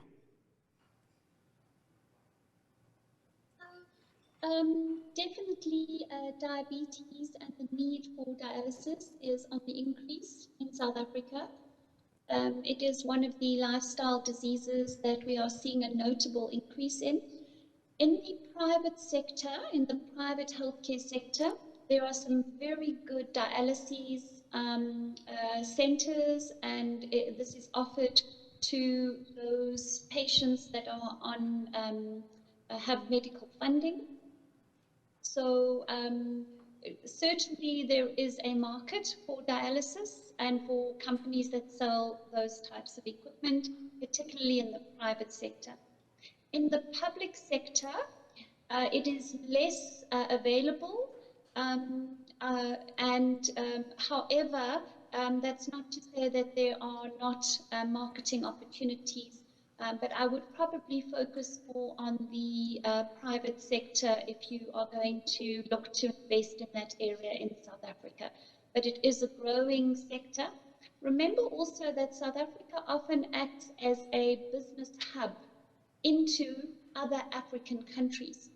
So by investing in South Africa, setting up your own office or partnering with a local medtech company, you are also opening opportunities for you to actually do business in the neighboring African countries. Okay, thank you, Madam. Eswatini? 请问啊，下线了哈。OK， 好，好连不上来。OK， 好，没关系。OK， so we are about time. Last question, another one. OK, sir. Yes， 那个中间的那个先生，请你讲话的时候稍微大声一点，因为我们这边回音太大都听不到。Okay, thank you, everyone. We manufacture medical device, and we are looking for developing medical technology industrial park in Africa. Which country would be better? Medical technology industrial park, which are the manufacturers for medical device. And we bring the raw material in there and export to USA. Thank you. So which country would be better for us to invest? Okay, you want to ask for Tanzania, Congo, or whoever? Sounds like a South Africa or Nigeria. That's South Africa. Ambassador Anderson is here, so you can check with him privately. Thank you. Of course, yes. We have a Madan here. Madan, the gentleman is in medical service equipment, medical equipment business. So, do you want to give him any suggestion? Manufacturer. Manufacturer.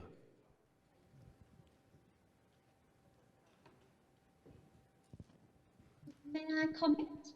Do you have a free trade zone, that kind of industrial park for us? We do. We have that at the, in fact, there is one in Durban, which is a free trade zone, right at the King Shaka International Airport. It's called the Dubai Trade Area.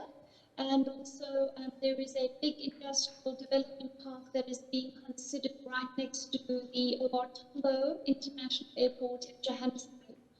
Our government is also at the moment looking at actually implementing a health products master plan to actually support local manufacture of medtech in South Africa in a much bigger way. They're looking at targeted incentive programs and other initiatives. So I would absolutely welcome you. Our labor force is quite cheap in comparison to other countries.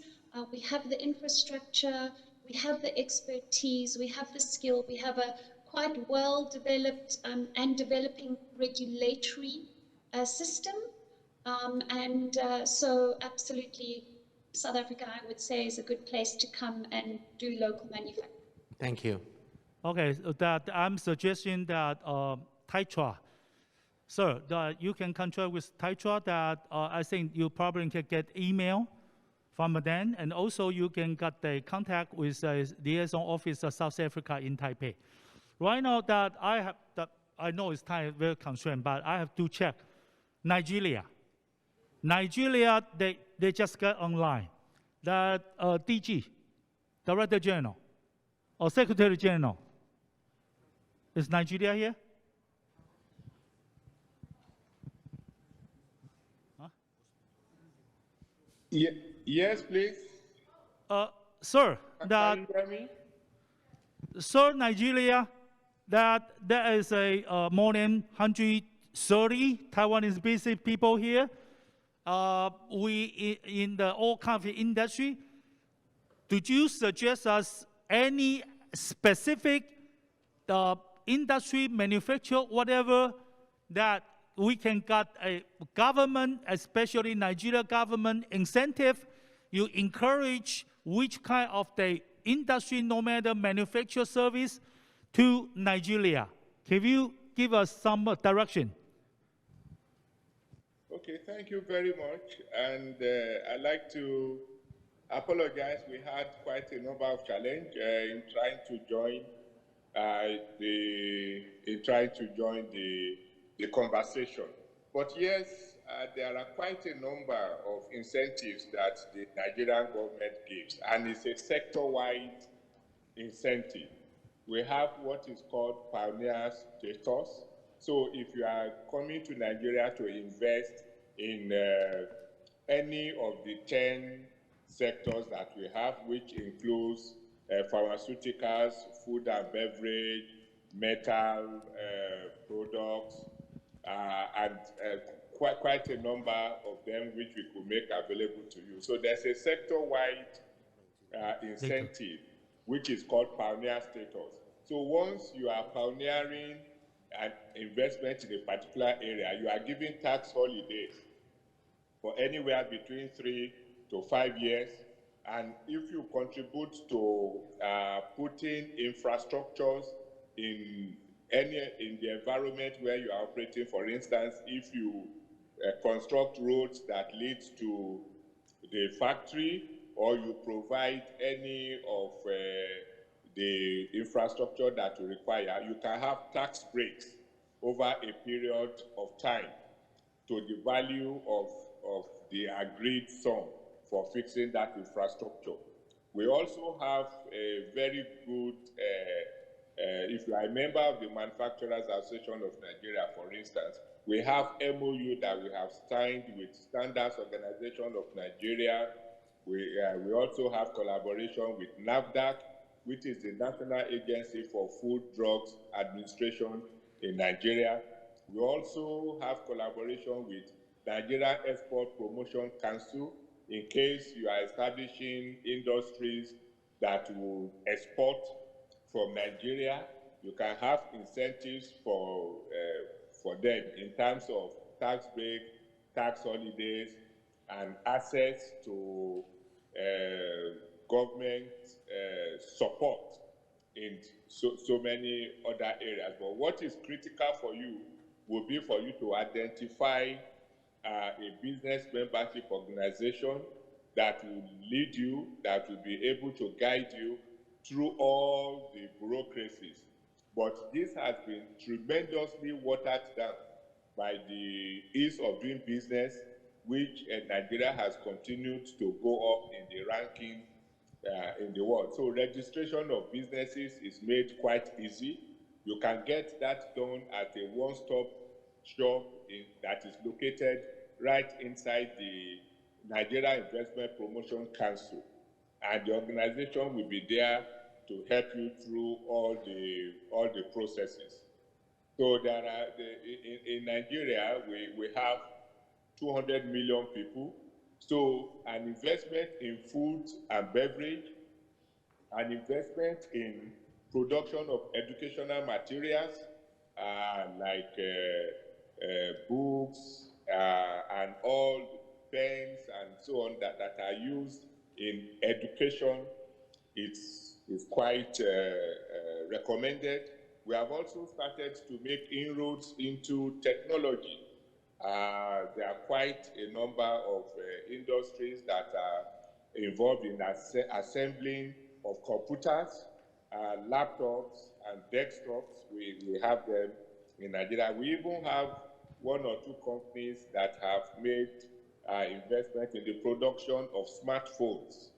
And so in those areas, government gives a lot of tax incentives and other facilitating instruments for you to be able to have an easy start. You also have 100% repatriation of your profit if you so wish. And the risk of nationalization of your factory is zero. Nigeria has since moved away from all of those constraints.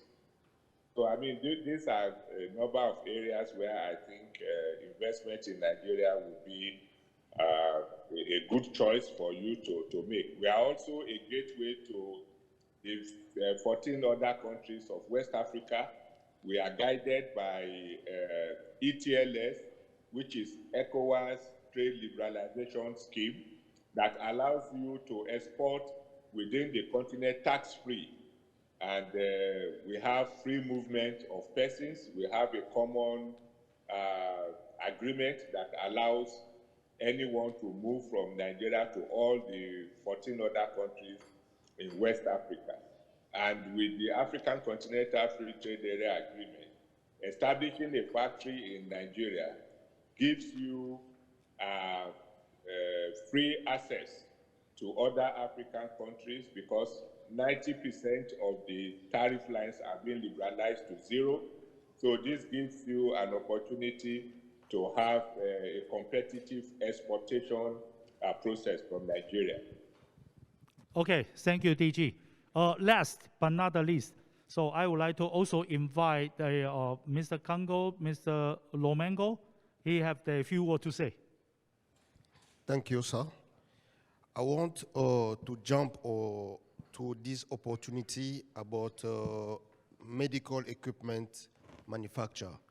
I don't know, sir, if you just wanted to do it in South Africa, but since we are talking to Africa, if you are not say about DRC, you don't talk about Congo, it's like you don't say anything to Africa.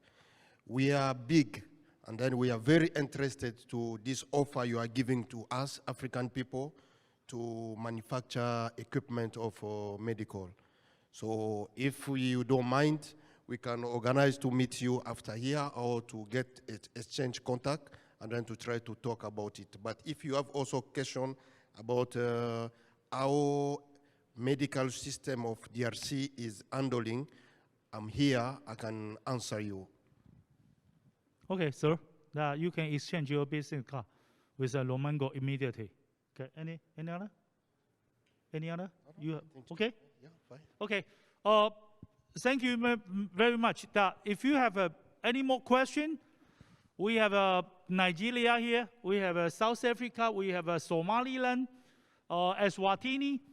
You can check with me. We also have the TABA, Taiwan African Business Association. The chairperson is here. So I don't mind, you can take a rest time to exchange your business card for more information. 我们今天那个冒险，请问我们今天还有会上线，会有那个回看吗？会可以吗？哈，好，没关系。For those that if you're interested in this today, the section 1, right now section 1, we have another section. So you can go to YT, right? YouTube later. I have no idea any time to process. Okay, I thank you all for the part 1. I thank you very much that we can have a rest for. I'm gonna hand my microphone to Master of Ceremony. 谢谢. Thank you. Thank you, ladies and gentlemen, and our distinguished guest and Mr. Lin. Now let's have a tea time break for 15 minutes. Please come back around 4:05. Thank you.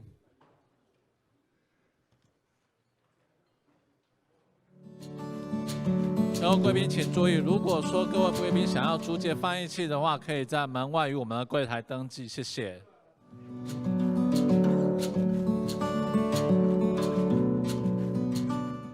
And African countries, because I have a good confidence with the Taiwanese products.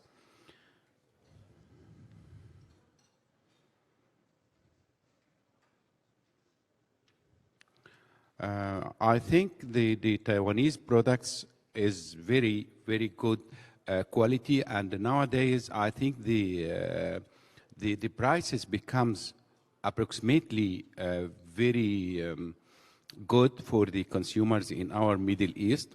So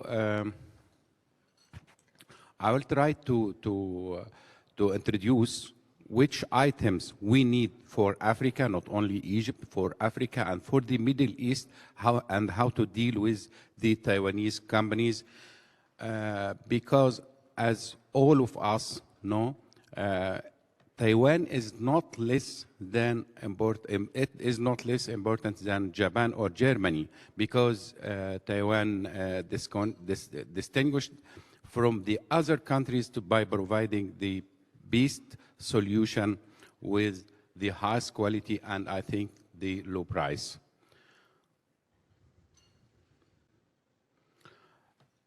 Taiwan is considered as a most important technology development area in the world, where Taiwan was able to change many of the features of the technology and industry in Egypt and in the Africa and Middle East, whether the Taiwanese product won the confidence of the governments and the consumers in the region by building a good reputation through the delivering customer satisfaction by providing a good quality with the low cost.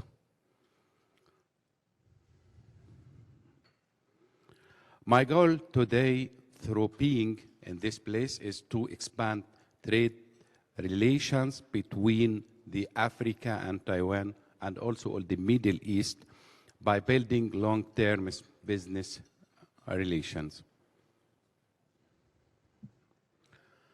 The challenge, sorry, because I'm talking about the Middle East, not Africa alone, but usually my aim is to speak for Africa and the Middle East, because this is a good area for the cooperation between Taiwan and us. The challenge in the Middle East, the world faces many challenges, such as the phenomenon of climate change. This phenomenon is very, very dangerous in the future because it may affect a lot in our countries. So we must start before this climate change becomes dangerous. I think most of the countries which deserty now change to green areas, but nowadays we don't know how to deal with these phenomena. But I think if we start by planning, it will be good for us. Because, for example, we have more rains, but we don't know how to deal with it. It's not dangerous for us if we collect it to use it again.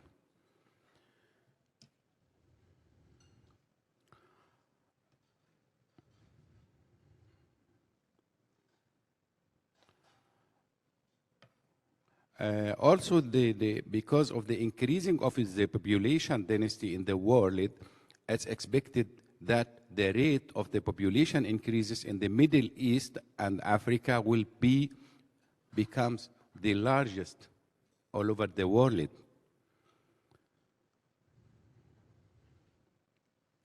So the best solution for the Middle East is not in the next period to depend on itself. We must depend on ourselves. So I think the collaboration between the Taiwanese companies and the African companies, how to depend on us. We need some machineries because in several times we try to get product. Sometimes the product is not with the cost. The cost sometimes becomes high or something. So we are trying to get the raw materials from our countries and the machinery and the know-how from Taiwan. By developing the last technology for food, energy, and water, this is a very important three factors. We are working on food, water, energy. So this is very, very important to be working on this line.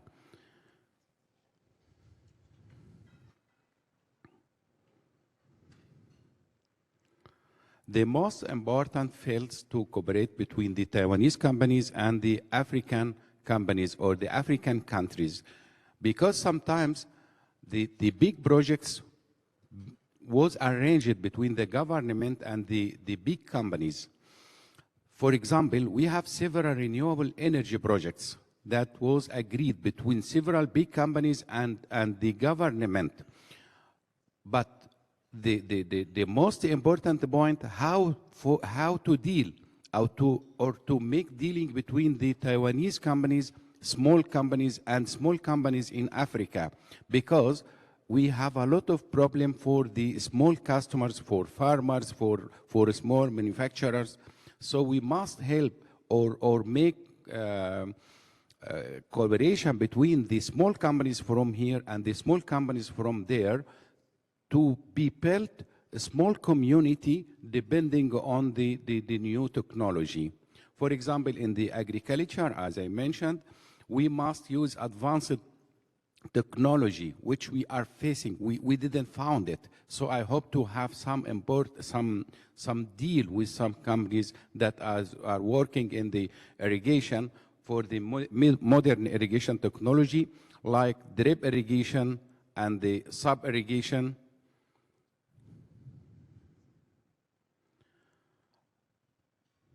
Also the central pivot irrigation, because no companies is working in Africa, not only Africa and not only Egypt only. I think all of African countries need such of these technologies, because we are agricultural communities. So we must depend on the agriculture. Also the organic vertical farming technology.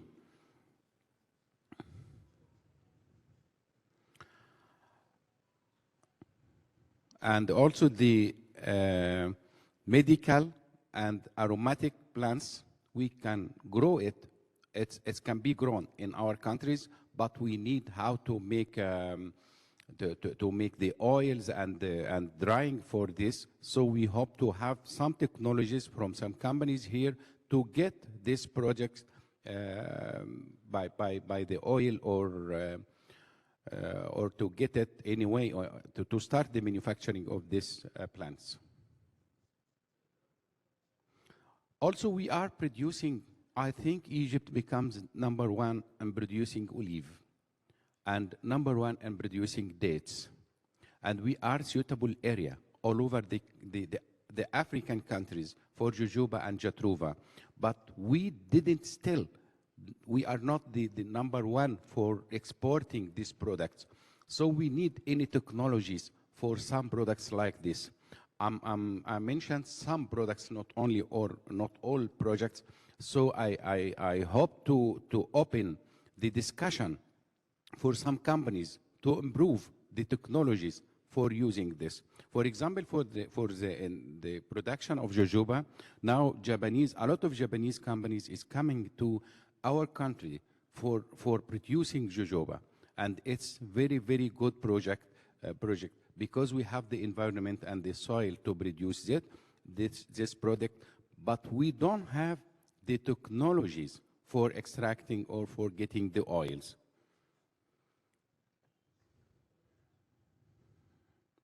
Also, in the solar energy, I'm working mainly in the renewable energy for wind and solar energy in the mega scale projects, but now I'm working for the small scale projects to be applied in the desert.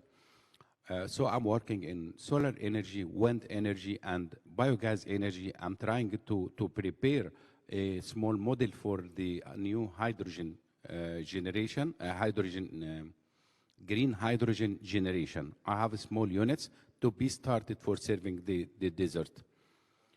And also these fields need a lot of technologies, and tomorrow I'll meet some companies that working in this field, but I hope more and more companies to start in all Africa, because as you know, Egypt is the gate for Africa, and this is my continent, and I hope to make a cooperation between all the African countries to deal with us, with the Taiwanese company, how to make spread for all the Taiwanese product in all Africa.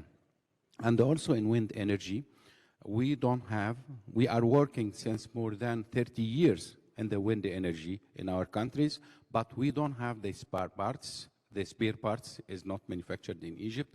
Also, the operating and the maintenance is not available. The small units till now is not manufactured in Egypt. And I hope to have some manufacturers for producing this unit in Africa, not only in Egypt. And also the biogas, it's a very, very important factor because, as I told you, we are agriculture communities and we have a lot of deserts.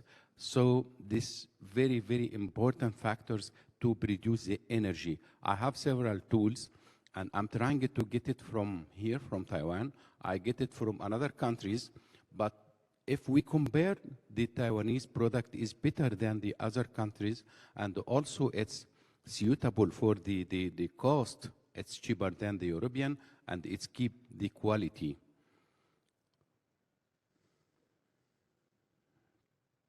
Also the green hydrogen, but all the world are talking about green hydrogen.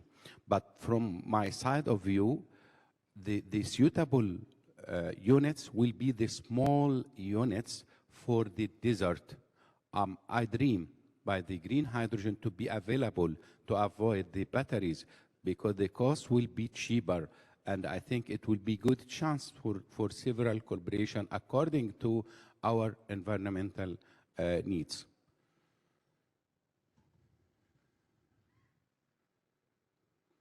Also, water desalination. As you know, most of Africa is in need of water. And in case of the presence of rain, we need the treatment of the waters. So in this technology, I think we have a good, very, very good ways to deal with each other between Taiwan and Africa. So we need small units and big units for drinking and for the manufacturing. It will be better to start now because the future will not stay. We must stay as soon. We must start as soon as possible. Also, the waste recycling is very, very important point in all Africa. Because I think we lost a lot of money. I think too much studies now is made in the economics or in business administration faculties, how to learn all the peoples, how much the cost of the waste. In some cases, if you win only the waste, you will become rich. In some fields, because they avoid the economy of the waste, they lost their money. For example, how to use the fish water as a fertilizer. It's very, very important points. And also the other points like the recycling of all the materials.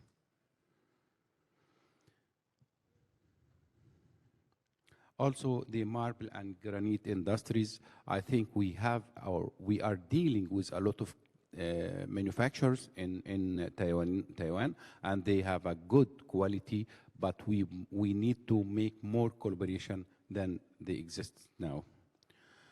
Also in the maintenance and the spare parts of the medical devices, the production and packing of lines for agriculture product.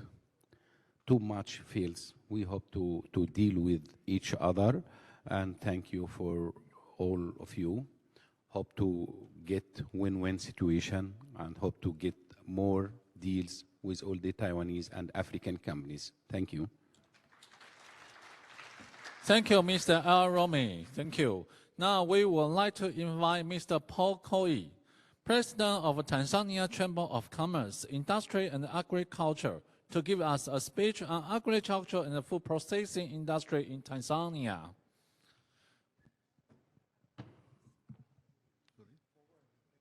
Please welcome Mr. Koi.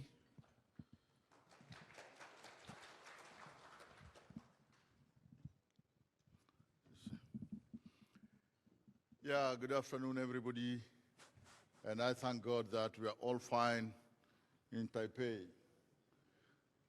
my appreciation and a lot of thanks to Taitra, Taba, those who have made it possible for us to be here in this forum, the African Business Forum, as far as Taiwan is concerned.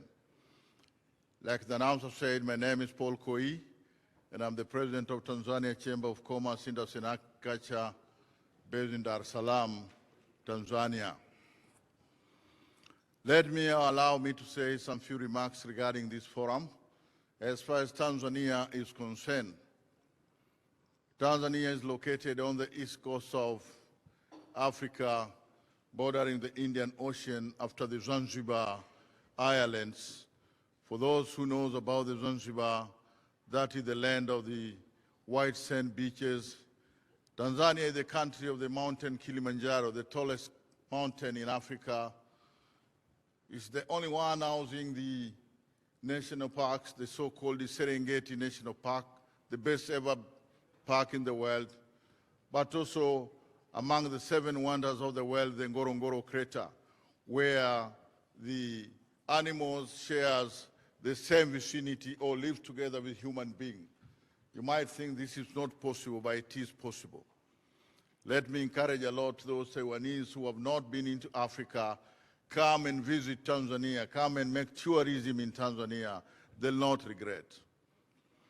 With those few remarks, after saying those few words, economically, let me assure you that Tanzania right now is the ever best place or destination for the investment. We recently had our beloved President, Madam Samia Suluhu Hassan, who is the President of the United Republic of Tanzania. For those who doesn't know, the United Republic of Tanzania is formed by the mainland Tanzania and the islands of Zanzibar.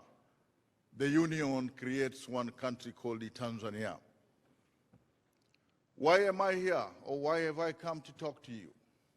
Yesterday, when we were having a B2B with quite a number of companies in the hall over there, I managed to speak about 12 companies. I would call it very unfortunate that it's only one company that has managed to do business with Africa. The rest 11 completely said, we have not done anything with any company or any ties or any connection in Africa. This is a trend that we must change. This is a trend that must have now a U-turn. The world is one, and we strongly feel that it's high time our fellow businessmen from Taiwan, men and women, we must come together and start doing business for the betterment of our economy, for the betterment of our people, and for the betterment of the globe as general. Having said that, I strongly encourage quite a number of the companies that the situation in Africa has changed a lot. And I think seeing is believing. If seeing is believing, I do believe that it's high time now we develop the trust between for our relationship. You cannot grow the wealth where there's no trust. The very first thing that we know each other first, we develop the trust among us, create a relationship, come up with a commitment, and then we can now go for the projects, which indeed is about the business. With that in mind, I strongly encourage that it's high time that let us look from both sides. What are the viable projects that we can really look, we as a business people, using associations like the TABA, TITRA, TCCIA, etc., CESCA, and all that, to ensure that actually we grow the business between Taiwan and Africa. I would strongly urge that all businessmen and women sitting in front of me right now, this is the right opportunity. If you take all the course with my colleagues that were speaking about right from northern to southern Africa, with brief in Congo, Southern Africa, and Tanzania now, Kenya, all these countries are really daring for the investment. They've opened up their doors with quite really manageable terms, which any serious, a company with a really strategic plan, be it marketing, be it manufacturing, be it whatever in the sector, should take an advantage of this opportunity. If you invest in Tanzania today, for example, Tanzania is a gateway, is a door open for the Africa. You will have an access to the East Africa Community Bloc. That economy bloc creates about 7 countries, more than 300 million population.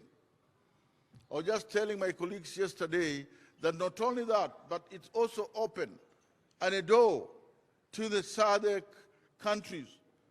About 14 countries with more than 450 million people. And like my Eswatini colleague said, we only recently last year came up with an economic bloc of the whole Africa, the ACFTA, the African Continental Free Trade Area, where actually we really want the free movement as much as possible without much barriers, without much struggles in the Africa, so that we can trade across. I would urge that the Taiwanese, this is the time that you can invest in Tanzania to take up the advantage of this economic bloc, which will no longer restrict any movement of the goods or any business, be it trade, be whatever, in the 54 countries with more than 1.4 billion people that we have seen here. Having that said, that I think all this create a good environment for we business people. And in Tanzania today, if to mention few areas of interest where you can take advantage and we badly need investment, one of the areas, the agro-processing. We still waste a lot of fruits, and if you see, you can really weep. A lot of fruits when it comes to harvesting. To give you just one of the example, being a president of Tanzania Chamber, I was invited to visit the southern Tanzania just last year where the farmers grow the apples. Can you imagine more than 30 tons of apples just rot? There is nowhere to sell them. This would mean or translate this, the well-being of the farmers, the well-being of the farmers down there. If they can't sell, how could they really grow their, improve their health? It's completely zero. What about if somebody could take up and put up in a small agro-processing factory and turn the apple fruits into the juice that you can sell for the 3 years shelf life? We really need this. We really need that. But not only that, my friend was talking about over there, the avocados, which are precious really fruits all over we know. The list goes and goes and goes and goes long. Agro-processing technology, simple ones that actually really add the value for the value chain maintenance and addition to our agro products can make a very big difference for the well-being of our people. We as a human being all over the globe, we have the responsibility, a basic responsibility where everybody has to make a world a better place to live. And this is what we're here for, so that today we really seek cooperation, we really seek friendship, we really seek whatever we can do together for the well-being of the economies of the world. Having said that, be it transport and logistics, be it technology, be it manufacturing, like I said, all these are welcome. We are still the agro-economy dependent. There are quite a number of products, of agro products, that are heavily being grown there. And in organic form, let me say, I warmly welcome you on behalf of my President of the United Republic of Tanzania, me being a president of the chamber, I warmly welcome all the interested investors that would like to come and invest in Tanzania. We welcome you. We are there. We shall receive you with all possible negotiable best terms that can really assure you of your return, be it on finance, be it on whatever technology. With those few remarks, thank you very much, and I say, asante sana to hear me. Asante would mean thank you very much. That is the first word when you get into the streets of Dar es Salaam. People will tell you two words. Karibu means welcome. Asante means thank you. Thank you very much. Sheshe dosha. Thank you, Mr. Koi. Now we would like to invite Mr. Ali Brewster, Head of Enterprise Solution, Telecom Group, to give us a speech on transforming Somaliland toward 5G.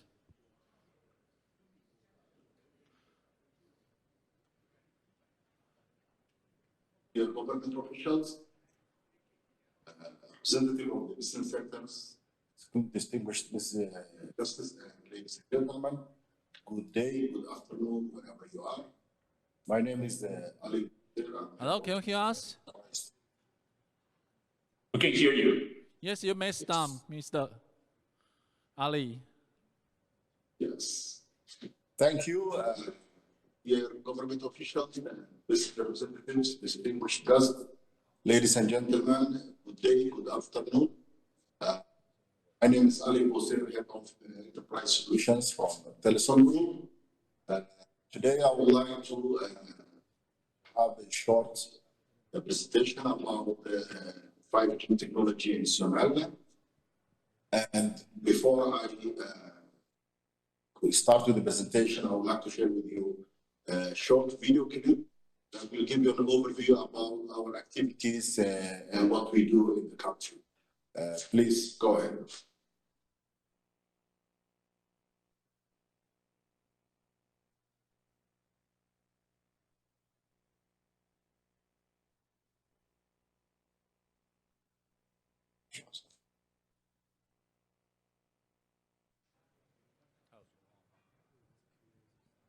Hello. Yes, we're waiting for Taipei to put our presentation, the video we send it to Taipei. Okay.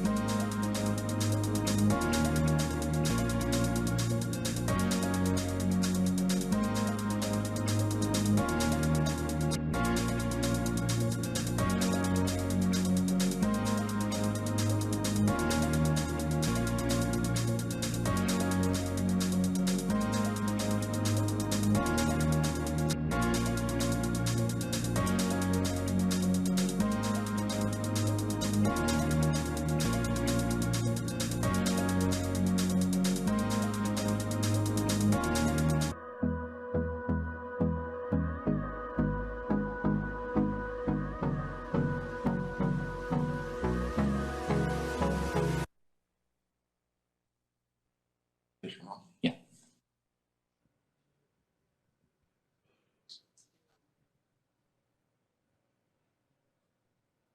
So we're waiting for Taipei to put the presentation to be on the screen, so our presenter could really give a certain presentation.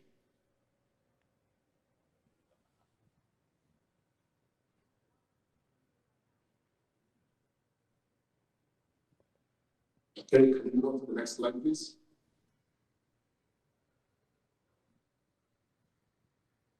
Next. So I will go through where we started from. Our company was established in 2002. We mainly start with the 2G technology, especially focusing on voice services. In 2007, we added GPRS so that people can have data communication.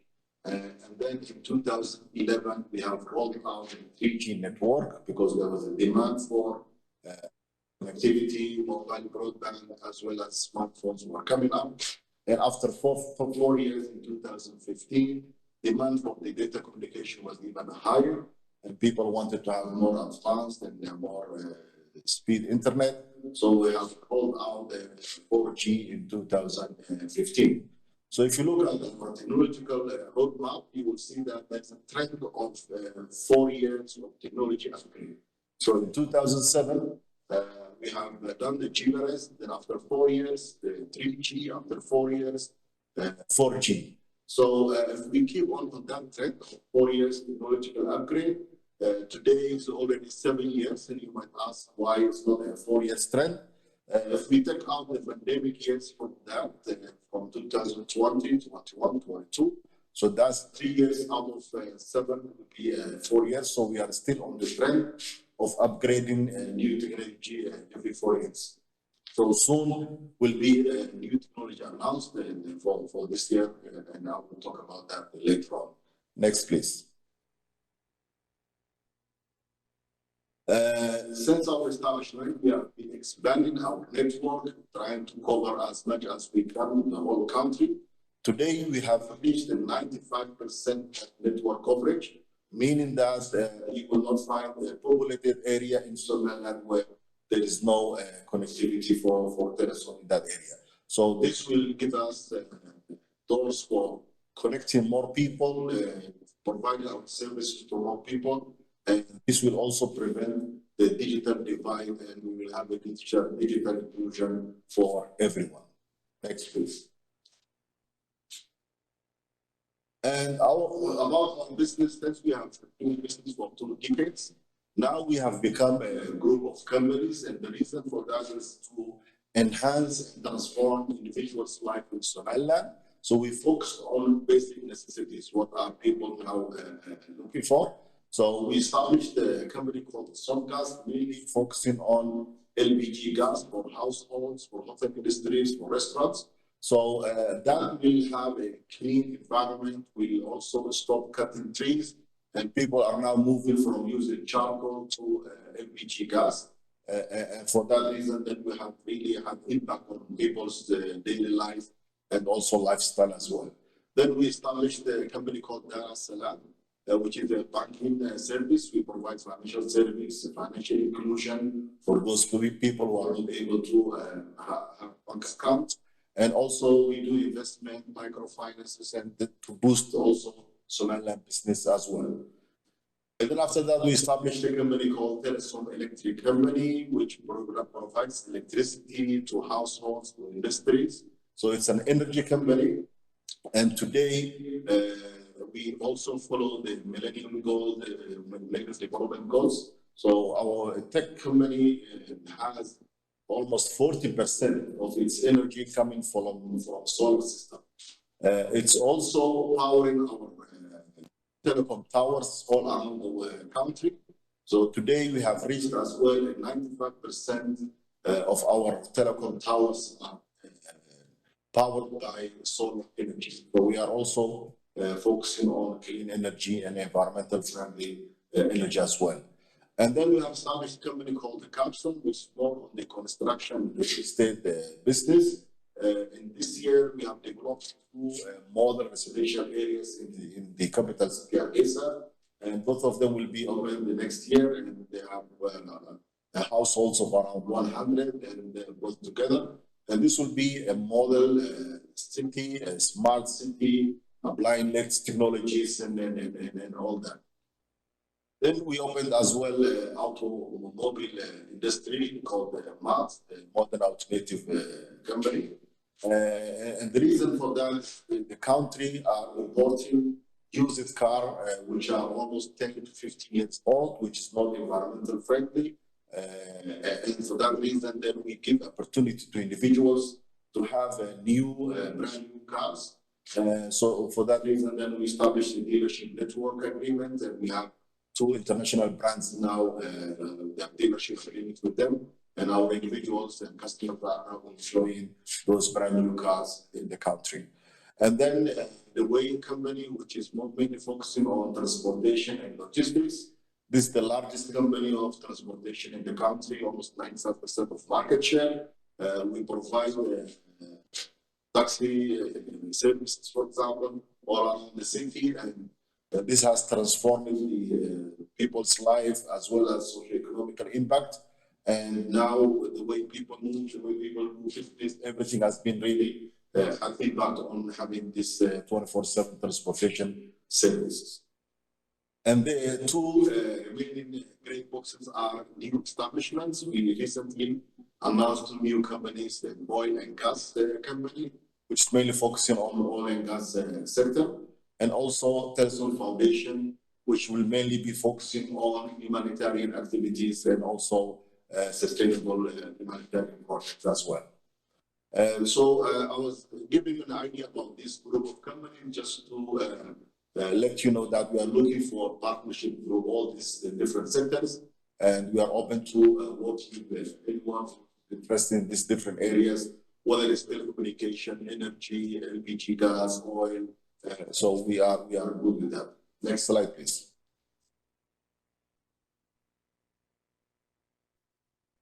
My topic was about the 5G. Of course, as I said, the trend of telephone technological upgrade was maybe 4 years. So today we are in the new era of the technology upgrade, and the question is then whether the country is ready for 5G, whether Africa is ready for 5G, and this debate has been going on for a while. But if you look at the 5G, it's already there in Africa. Many countries have already rolled out 5G network. 5G also comes with a lot of benefits of network economics and innovation. It will bring new businesses. It will also help boost the new youth startups and come up with new initiatives as well. And also our country has entered the digital transformation era that everyone is now trying to go towards digitalization, the private sector, the government, the NGOs, everyone is really trying to digitize everything and provide the digital services. So all these indicators are good indicators for going towards 5G. But on the other hand, next slide, please. On the other hand, then you have the debate of saying that 4G is still there. There is no room to grow for 4G. A lot of people are not able to buy 4G devices today. And we can see that the number of 4G devices are not as much as the 2G devices. And also connectivity, the mobile connectivity in sub-Saharan Africa in general is growing, but it's not there yet for 5G as well. So these 2 debates are always there when you talk about the 5G. Next slide, please. And as a forecast in 2025 for sub-Saharan Africa, as we can see, even 5G will be only 3% connectivities from all. But together, 3G and 4G will be dominating the market that will make more than 70%. But the good news is that 2G is declining, and that means that we have to go towards the smartphone penetration and also providing new services and the digital literacy increased as well. Next slide, please.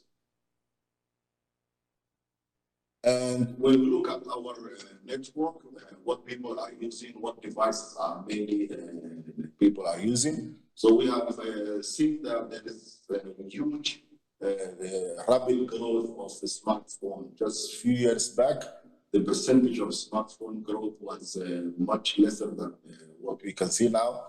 But today, smartphone is already catching up with the basic phone. So there is a rapid growth of coming smartphone. And that means that people will demand more connectivity, high-speed internet, and better mobile broadband quality. So for that reason, then we can see that the need for technological upgrades there, and people are now looking for better services and enhanced services. Next slide, please. And for that reason, then we need to lead the country towards the new technology, towards 5G. Most of the African countries are now mainly doing trials for 5G, so everyone is testing 5G. And also there are demands coming up now from the emerging technologies from different technology perspective. IoT is there, whether you will be using for agriculture, for transportation, metaverse for education, for example. There's also applications there, e-learning in the health sector, automobile, electric cars. So all these things are coming to the country, and we need to be ready for it. And 5G network has to be there as well. So we can't just wait for people to get 5G devices, but also those demands and services are already there, and people are waiting for upgrading themselves to utilize those type of services. And for that reason, then we have decided to go for 5G, same as many other countries in Africa. So we want to upgrade the flagship of East Africa 5G network. So we have announced to start soon a 5G network in Somaliland. Next slide, please. And as you can see, we have already announced this advertisement.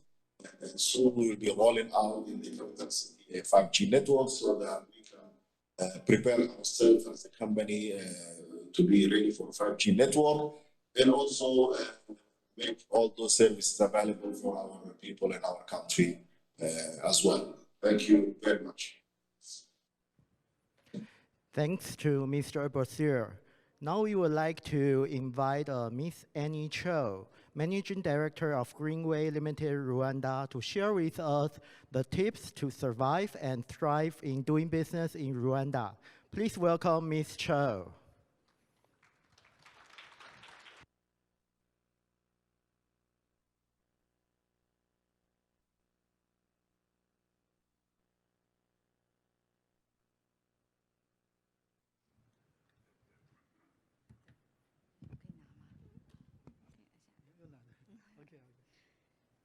Hi, hello to all the elite business people and important people here. My name is Annie Cho. In Rwanda, they call me Annie Chou. Chou in French means baby, I believe. So a lot of people call me Annie Chou, means Annie baby in Rwanda. So I would like to introduce myself.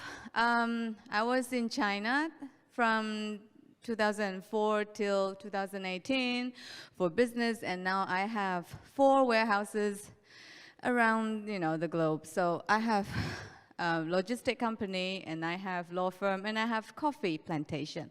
So I would like to introduce Africa to my people in my language. Thank you. 我先讲中文。现在我现在在卢旺达经商。早期04年到18年我在中国，那现在海运方面我有4个就世界各个小角落，我有4个仓库能够去做运输这一些。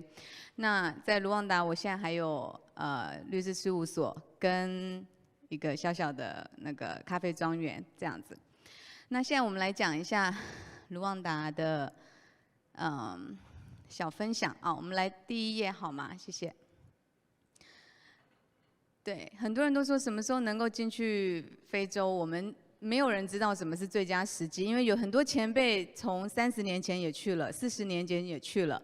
那我比较晚，我18年才进去的。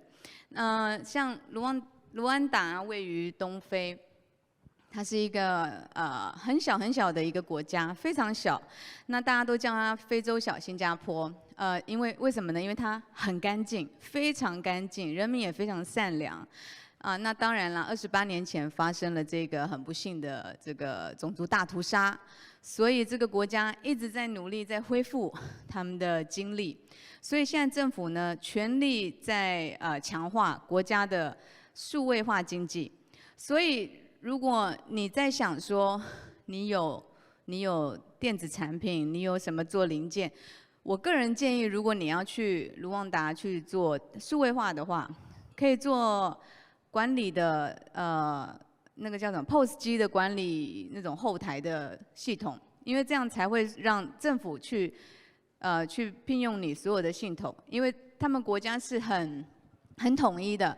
如果你要开任何商业行为，或是你要开公司，他们会要求你要开 EBM， 就是当地的发票系统，所以也是要跟政府去把那个系统 download 到你的电脑里面，而去开发票这样子。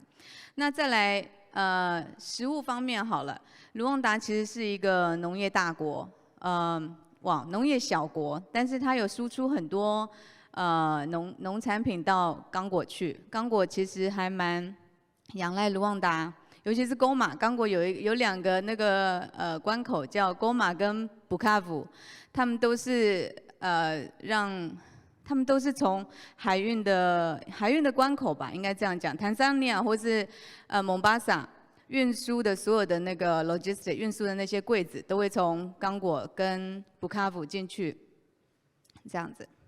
然后再来就是说，卢旺达它非常需要packaging， 就是包装的系统。如果你刚好有做这一行，我是觉得蛮实用的，应该马上就可以有生意了，因为当地非常需要，他们需要很多。但是卢旺达禁止塑料，应该这样讲，如果你要进口任何跟塑料东西有关的，你的税金会非常高。那衣服方面呢，我今天就特地穿来了，就比较适合卢旺达当地你去销售的或是制造的那个服装。你需要一个很有弹性的牛仔裤。如果有人在做就是牛仔裤或者说衣物产业的话，你的那个牛仔裤弹性要非常大，因为毕竟非洲的话，他们长得非常好，比我们好，容易也长得比较开，所以你必须要非常有弹性，衣服也要有弹性。那再来就是他们的那个运动鞋，他们非常喜欢穿运动鞋，拖鞋倒还好。其实那边已经有了一个中国公司开一个就是塑料的那种拖鞋厂。是很便宜的，但是好像也还好生意。那住方面的话呢，卢安达它非常漂亮，所以现在政府在整合首都基加利，能够说把贫民窟变成就是高级的住宅区。那现在如果谁手上有做国宅的资源呐，或是那个经验的话，其实可以去跟政府标案，是标的，一定标得到的。那食衣住行方面的，现在卢旺达的那个汽车进口税是很高的。比方说，你一台 Toyota RAV4 进口，你可能跟人家买是13000、16000美金，可是你缴那个牌照税，就可能就是要9800美金，所以将近1万块的牌照税。所以现在政府就推动绿能，在基加利盖了4个 power station。如果你进口就是纯的hybrid 或者说纯的那个电子车，你的汽车牌照税只要250块美金就可以了。这样，那现在接下来就是说我想要帮卢安达宣传一下，就是说为什么这个小小的国家可以得到这么多外国人跟非洲其他国家的人青睐。它很小，但是它非常安全。你在路上的时候，每40公尺就有一个军官拿着枪，但是那个其实你看起来很恐怖，但是我觉得看久了你就会觉得我好心安，因为我门外就有军人拿着枪保护着我们。那再加上说像肯亚跟坦桑尼亚，他们如果有比较富裕的人家，他们往往希望把孩子、家人放到卢安达来，所以卢安达的房地产做得非常好，也很多酒店式公寓也做得非常好，所以卢安达是一个很适合就是把钱放在那里去投资的一个国家。然后政府也有做很多的优惠，比方说任何产品你是做 Made in Rwanda 的话呢，你的原材料从不管哪一个国家进来，全部就是免税，所以就会让很多的进口商跟当地的那个制造业得到很大的优惠。再来，下面有一个，我们来看第3页。大家看到 Toyota， 对，它是一个卢安达人民最爱的汽车品牌。每一个月真的可以销这么多吗？可以，这都是二手车的市场。所以如果在台湾有人在做汽车零件，甚至是二手零件，或是二手的引擎，或是甚至是就是 parts， 就是可能那个玻璃，二手的玻璃，或者那些那个叫什么那个什么前后那个开车的那个叫什么？对对对，我不太会讲车的东西，反正就是前面可以开的，你只要二手任何东西能拆下来的，我跟你讲，到那边都可以卖，因为当地基本上交通有一点乱，是有一点乱，但是他们本地人非常爱漂亮，然后呢，行头也讲的非常非常就是讲究。比方说在卢安达，你看到一个人，你第一眼，我们如果是台湾人，我们不会去看人家鞋子，对吗？可是卢安达人不一样，他第一眼就会先看哪里，看鞋子，看你脚干不干净，因为他们鞋子，你只要一出门要见人，那鞋子一定要洗干净。那对他们来讲就是门面。那再来就是他虽然开一个二手车，但他车一定不会破，他车子一定很干净，他里面一定保持很干净，因为他们觉得这一个外表对人家来讲是尊重他，也是让人家尊重他自己这样子。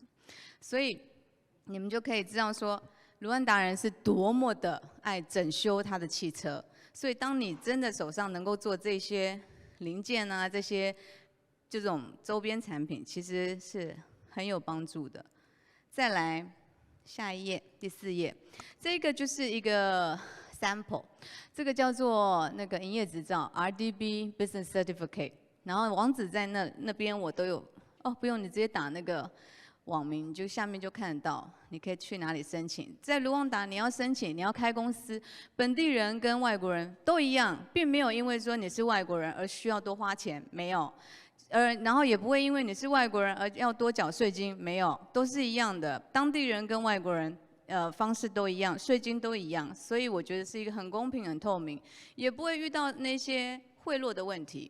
因为他们的当地法律就是说，如果一个官员或者一个军官会就受贿的话，他可能就真的被政府整个就抄走了，房子没了，车子没了。他人也坐牢了，妻小也不晓得到哪里去了，所以贿赂是非常非常严重的一个行为，所以也不要去贿赂军人，或者也不要去贿赂官员，这是一个他们可以反诉你，你可能会失去你所有的营业执照跟所有的visa 这一些，然后再来你看 RDB 下来，对，有看到 RDB Certificate 这个非常好。申请，你可以自己到网络上，非常明了，你就可以直接就是 register 注册，然后 open account， 你就可以开公司了。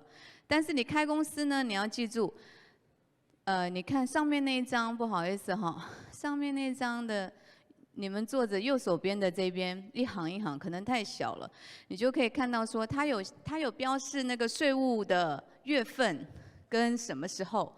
你这个一定要准时，没有准时的话都会被罚钱。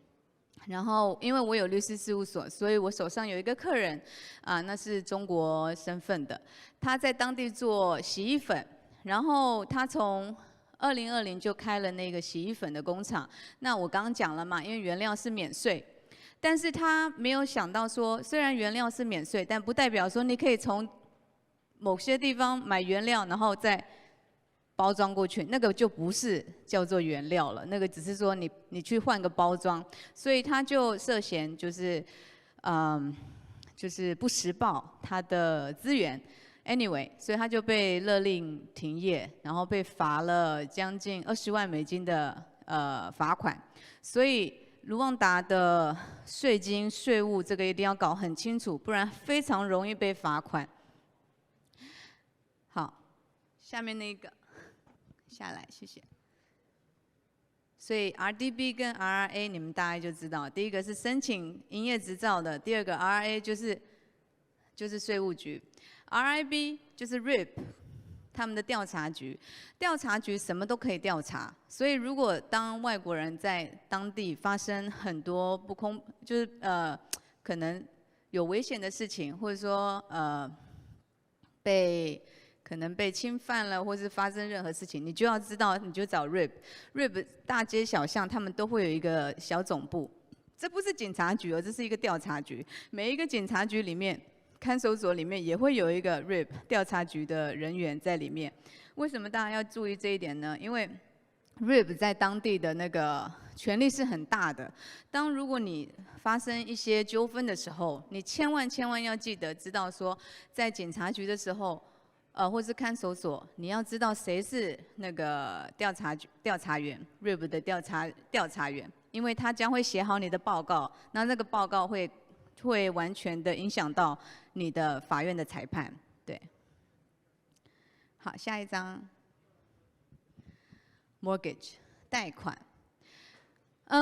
如果在台湾，我不晓得台湾的银行，是否会有兴趣去非洲投资银行这一块？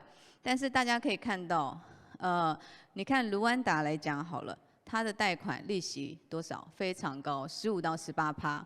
那15还不见得是人人都拿得到哦，15你应该要在。可能你是申请100万美金贷款的情况下，你才拿得到15%的利息。其实15%非常高哎，台湾好像才多少，不到2%吧，对吗？然后你看年数，它是3到7，最多你只能贷7年。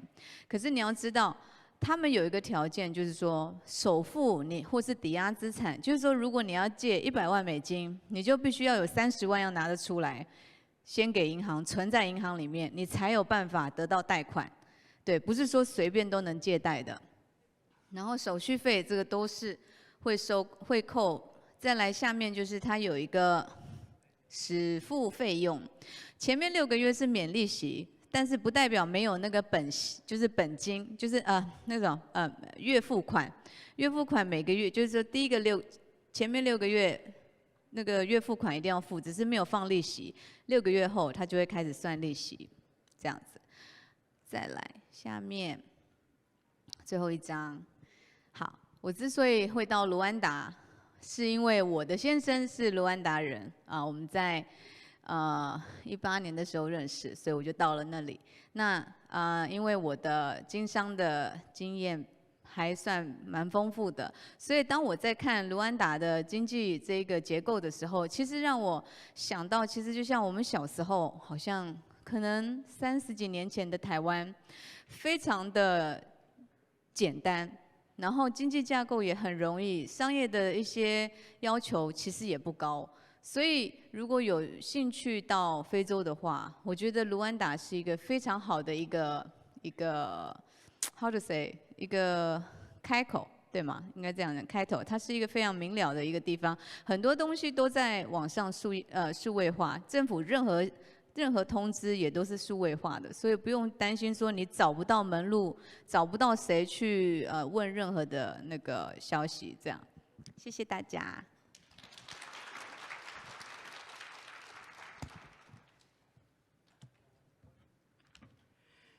Thank you, Ms. Cho. Ladies and gentlemen, now it's time for the second Q&A session. We would like to invite the moderator, Mr. Zhening Fan, Deputy Executive Director, TAITRA, and Mr. Elmani, Mr. Koi, and Ms. Choi, and Dr. Huang from TABA to come onto the stage.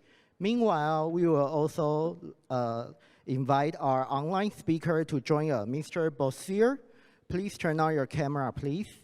And ladies and gentlemen, please give us a second to set up, and the Q&A will start soon.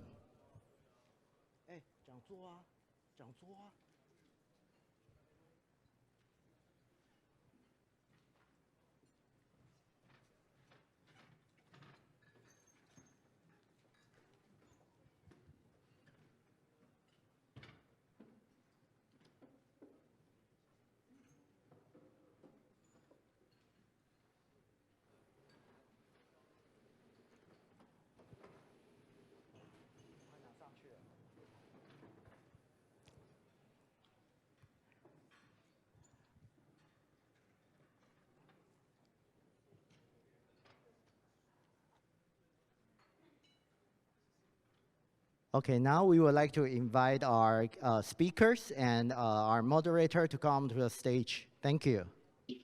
Dr. Huang, Mr. Elmani, and Ms. Cho, and Mr. Koi, please come to the stage. Thank you.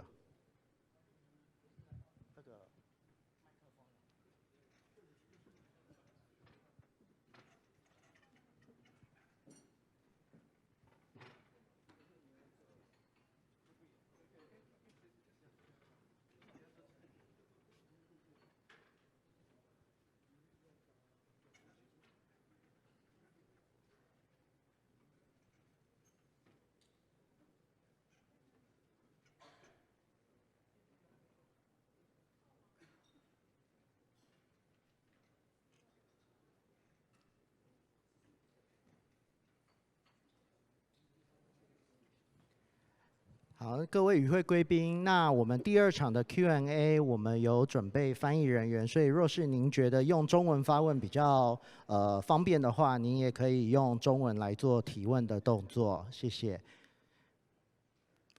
Okay, so now the stage is yours, Deputy Director Fan. 来，有请我们反复座，谢谢。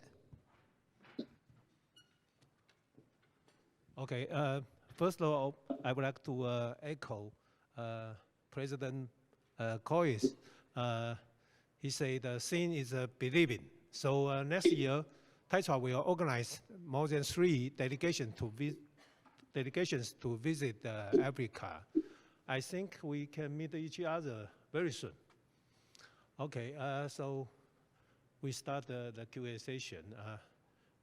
等一下哈，对不起，等一下哈，我们各位哈，你可以用中文提问啊。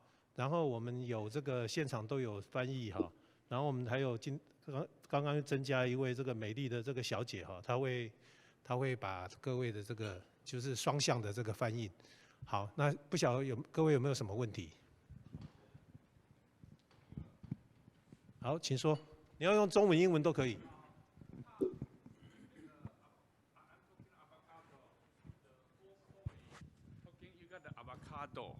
Avocado is a very, very good fruit, but very hard to treatment because high protein.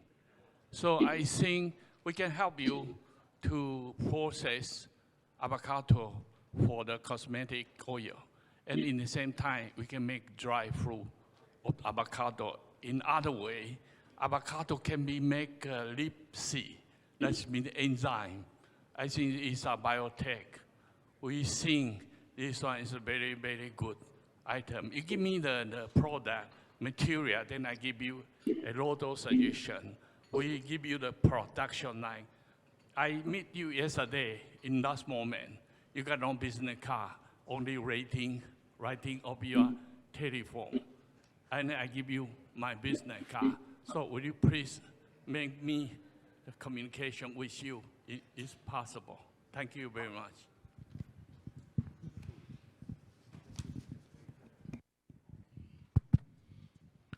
Yeah, thanks a lot for that interest you have expressed to process avocado and cooperate in a way that you can get to a point where we can start to see what happen.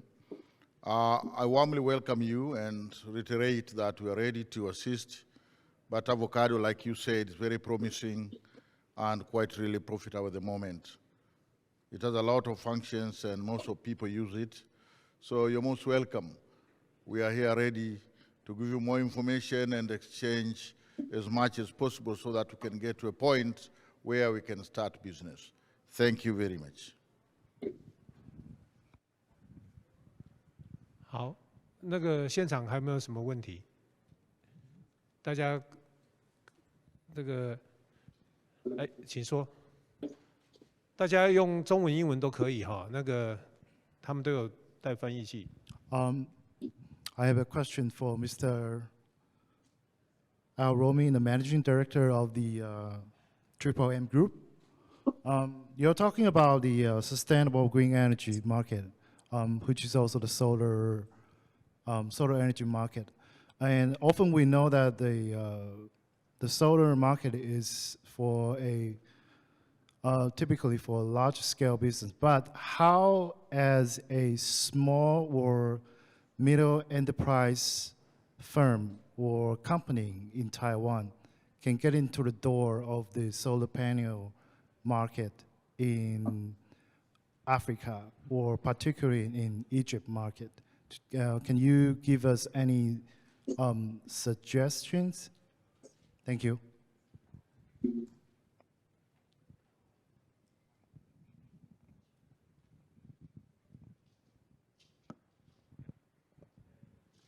Yes, okay. I'm happy to ask me because I hope to have a cooperation with several companies. As I told you, the market in Africa, not only in Egypt, is out of grid. So the systems that needed is off-grid systems, like solar pump. I think in Egypt, for example, the most consumer for the solar pump in Egypt, and also all the countries of Africa, and also the off-grid systems for the isolated areas, because we are working hard nowadays for the agriculture in the desert. So we need a lot of systems for the houses and for the solar pump and for the pivots for the irrigation systems.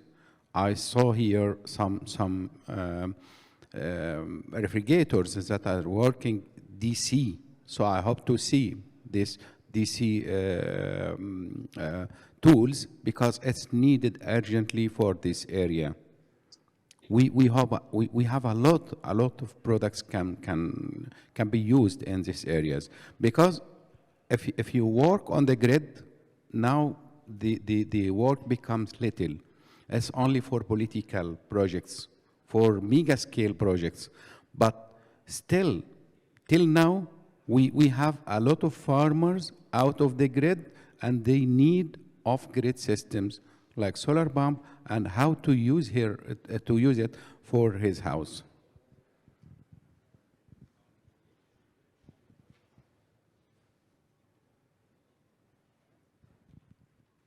这样回答可以。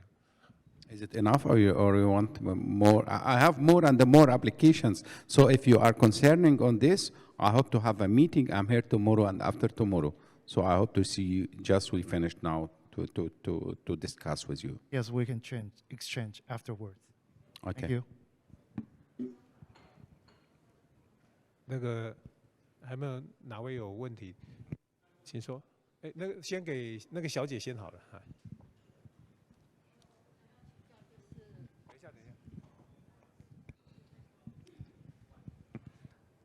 我想要请问，就是在非洲哦，我们知道它应该有热带雨林啊，还有很多农业尚未开发。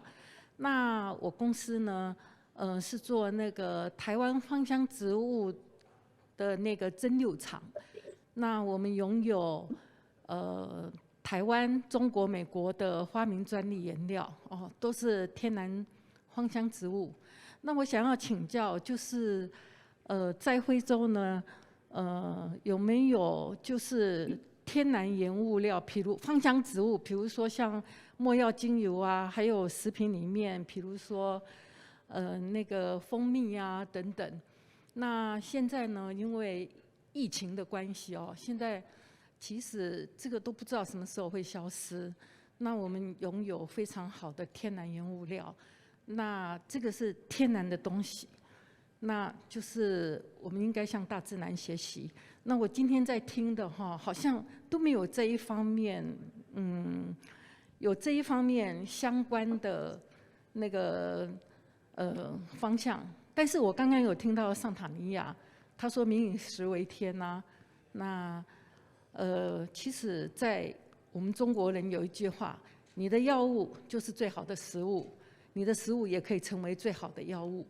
那请问一下，我们非洲有哪一方面的天然食物、天然的芳香植物？比如说像刚刚那个洛梨也是非常好，还有像有一些像基底油之类的啊，那如果有的话，我觉得就是有几个方向可以合作。另外一个，我们拥有丰富的台湾芳香植物的专利原料，那都可以合作。 半成品这些，谢谢。好，那个等一下，我们先请那个你先翻译一下，因为我们现在现场还有2位大使都还在我们现场。那个我们请那小姐，因为线上还有索马利兰的那个朋友在线上。Okay, today the lady she say she's doing the aromatic or the like patent oil, and then she's doing a lot of agriculture plants, and she's wondering is any way they can cooperate to do like avocado as an avocado oil, or either the aroma oil, anything they can grow for agriculture and also to use in Africa, or how to having business in Africa.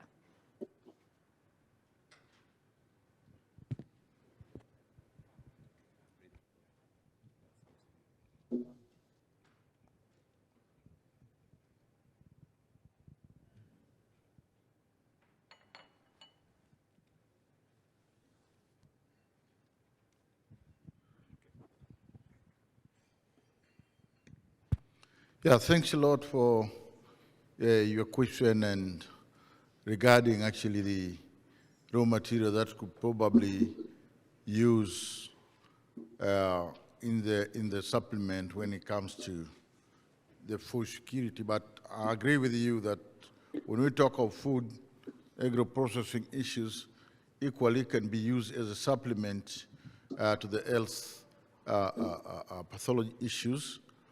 In Africa, that can be very well grown. That can be very well grown, and it's only that we lack that alternative medicine knowledge, which actually being applied much, particularly in the areas, I mean in Asia, Chinese and Taiwanese here. We shall be very glad really to welcome you, and we could see what we can do, but otherwise, it can be grown. We have quite a lot of places that still experience very natural areas that such medicines or plants can be grown and then can be applied as an alternative to the medicine. The need is very, very, very big there in the sense that in Tanzania today, we still import our medical requirements, be it equipment, be it supplies, between 90 to 95. We import from outside. You can see how big is the market. So anybody who actually would be willing to put up a manufacturing, whether through the alternative medicine, like you say, or directly industrial medicines, is most welcome. And these data are very, very, very, very latest data of just only last year. So you're right, and you're most welcome. Maybe I can say that I'm ready to spend some few minutes after the meeting so that we can really educate ourselves better and see the way forward, and to make sure that this meeting comes up with a result, which actually is your intention, is my interest too, like my friend P over there. Thank you. Thank you. Nature is the best doctor. I hope we can 有合作。Okay, 谢谢。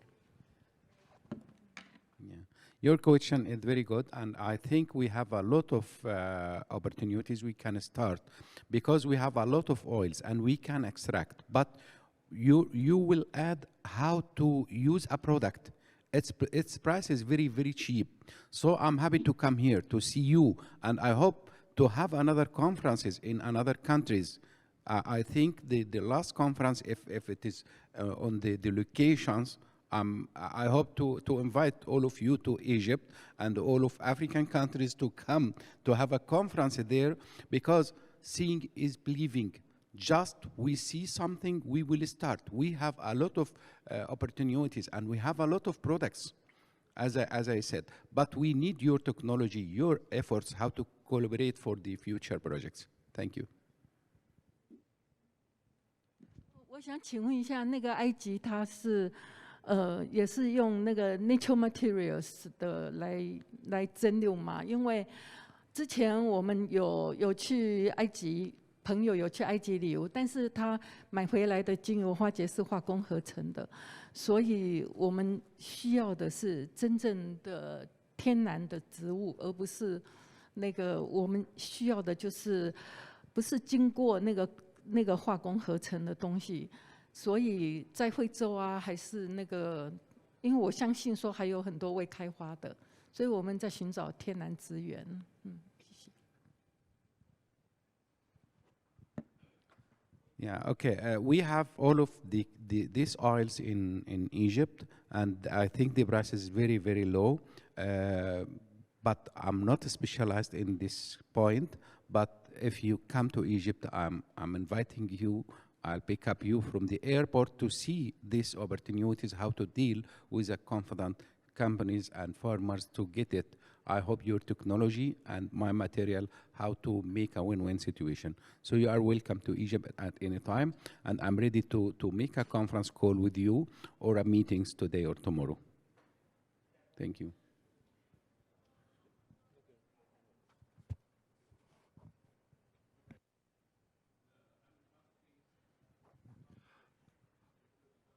啊，我补充一下，事实上，非洲它有很多的那种植物都适合来作为中草药的，尤其是在我知道你要提炼精油，你有你的特别的那个一些的专利秘方，那这些事实上很早以前很多人都会说往中国大陆去找药草，但是非洲更多，只不过是没有人去发现。那如果你有兴趣的话，除了说跟我们的非洲客人联络我以外呢，我也欢迎你加入我们台湾非洲经贸协会。那我们跟贸协我们都是一起，每一年贸协至少有3团。那可能我们那个台湾非洲经贸协会也会有自己组团，甚至有些机会呢，事实上都可以到非洲。那你去非洲就是说你要亲身去体验就像他讲的seeing is believing。那你一定要实地到非洲之后。你想做什么，你才知道说你要什么东西。那否则的话，一些都是只有空谈。谢谢。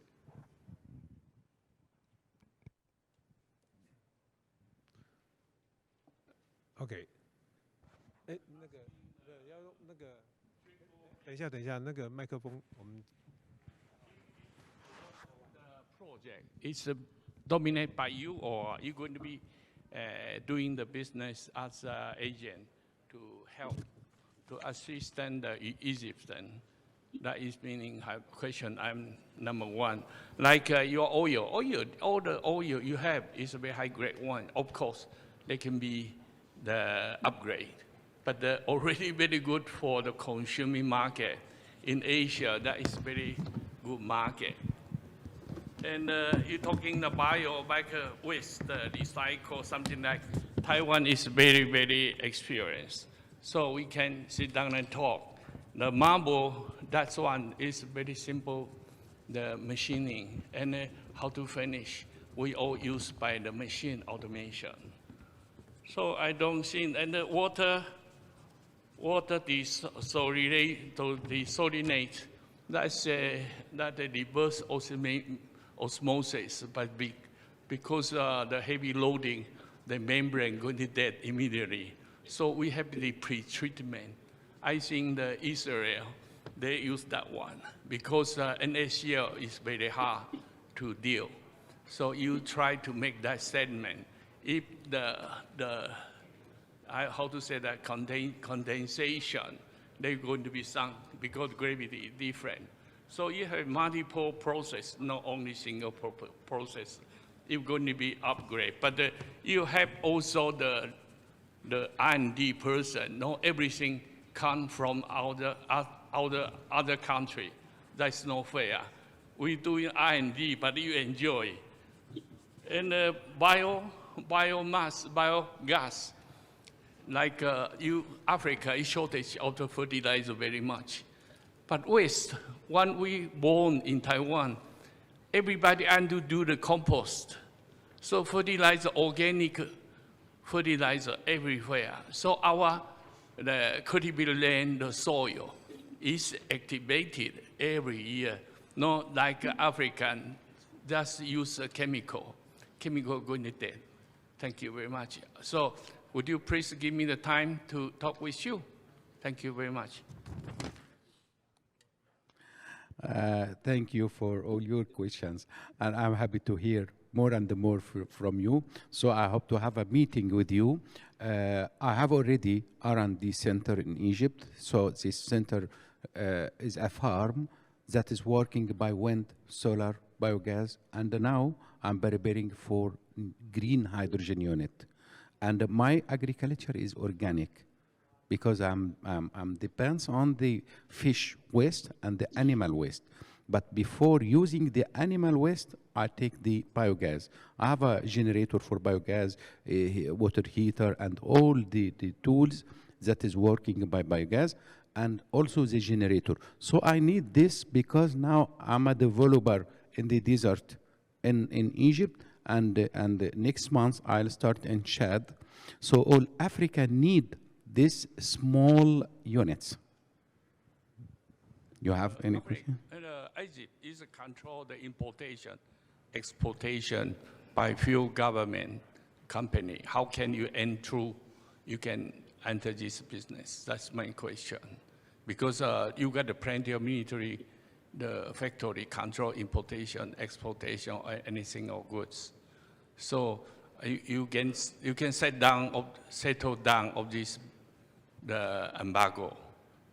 Can you, or no other story? It's other story. You are asking about the exportation and importation? And also the business. Yeah, regarding to the currency, or you are asking about the safety or other things? Egypt, because I got Egypt friend, they're talking control by government, but now they're going to release because the government is functional no. I am the government officer before, do nothing. But when I am the private sector, I'm very happy, very busy. I make money. That's a different government to the private sector. Thank you very much. Okay. No, don't worry regarding to this point, because we already make this for 4 months before, and now I think everything is good because I'm exporting something from all the countries from Europe and China and from here. Now, no problem for the importing, and also I have some exports. Sometimes the government related, you must have export to have your money or your currency to use it for. Anyway, I'm ready to have a meeting with you, and I'll be happy to discuss all of these points with you. Thank you. 现场还没有哪位有问题？好。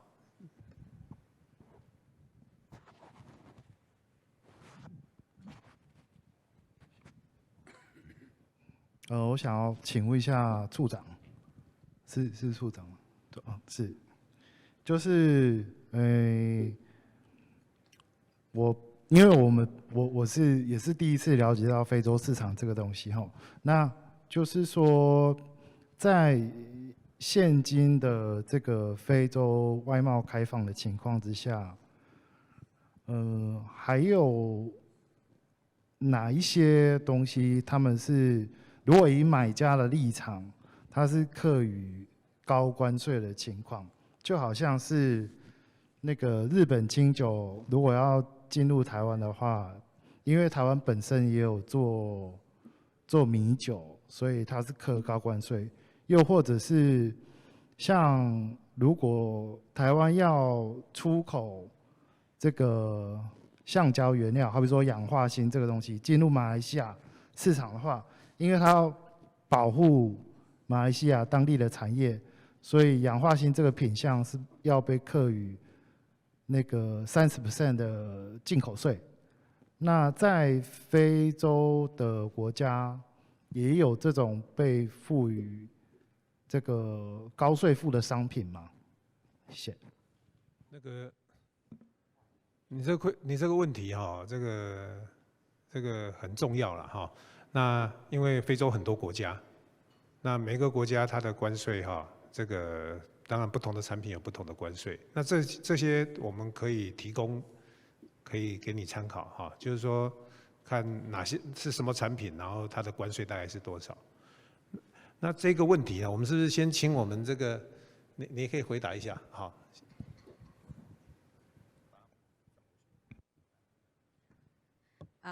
我可以回答一下，就是说，我的柜子通常我们清关都是在东非，所以如果以东非来讲，坦桑尼亚是一个大关口嘛，那它基本上清关一定，清关的税金差不多是从15%到23%左右，它的那个关税 ，OK？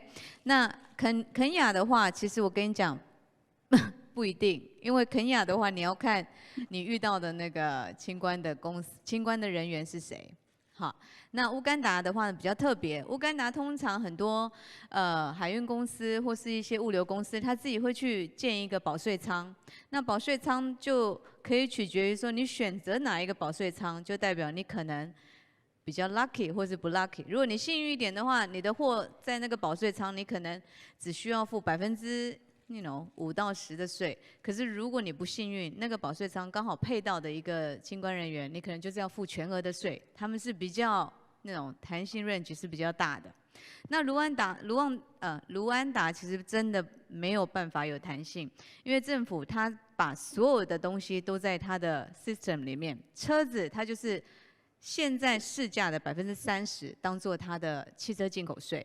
那其实当其他货品贸易的话，大概是从因为从7月份的时候，东非加了10%的那个贸易税、进口税，所以现在变成35%加18%，再加5%，再加1.5%跟0.2%，所以总共全部加起来，我跟你讲就要60%了，在卢旺达。所以如果你要出口任何东西到，就是说如果是要从台湾到卢安达的话，有一个办法可以，我可以就是大概讲一下，就是。你可能就要商量你的贸易商或是厂商，你的那个发票，就可能在清关出去的时候，给船公司或者给这个货柜公司、运输公司的时候，那个发票的价格你自己要注意，因为他会很在意你这个发票的价格。这个就取决于你到时候当地你几乎是给了快60%的税，所以东非其实税收是蛮多的，因为你看 ，Africa now is like consuming country， 对不对？因为他们现在正在起步。你看奈及利亚，它有石油，但是它没有办法炼油，所以它现在要盖炼油厂。然后有这么多木材，也是一直输出出去，然后自己要从国外买什么家具。然后你自己有这么多像卢安达有天然气，但它卖出去，然后现在呢又从国外去跟印度人或者从其他的那个埃及人或者其他商人手上买瓦斯。所以这是一个很矛盾的一个结构。所以现在 Africa， 现在非洲就是抬头了，他们意识发现到说自己手上有的资源，其实要自己利用。所以现在我相信刚果现在他们的那个矿物资源也是缩得很紧，因为他们也希望自己来利用。Anyway， 只是一个题外话。我是建议说，如果大家要做贸易的话，一定要选择好你要的产品。然后不在乎说你的公司多小，或是也不在乎说你有没有就是那种几10年的经验没有，你只要真的想要在非洲好好做一条线，好好做一个永续发展的生意，我跟你讲，非洲人真的都会支持你，因为他们的个性真的几乎你看东非、西非、北非、南非的个性不太一样。可是我个人觉得，我接触到非洲这个市场，他们是非常喜欢我们外国人的。他们是非常接纳我们外国人的，因为他觉得我们学的东西比他们多一点，他们可以从我们身上学很多东西。那当然，在非洲经商，你一定要就是记住就是一句话 ，be patient， 一定要有耐心，你一定要慢下脚步来，听听看他们要说什么，或者说听听看他们的商业结构。像很多非洲的经营模式就是要有 credit， 就是什么放款。你一定要放慢，他不见得能够这一单货全部把1000块、2000块美金交给你，他可能给你拖6个月、8个月。那这些合约、这些协议，你自己就要就是考量好。所以在非洲经商，你不要想说那个步调或是速度那么快，一定要慢下来。谢谢。那我们线上有那个索马利兰代表处的长官那是不是？不晓得有没有什么可以跟我们听得到吗 Can you give me only less than 1 minute?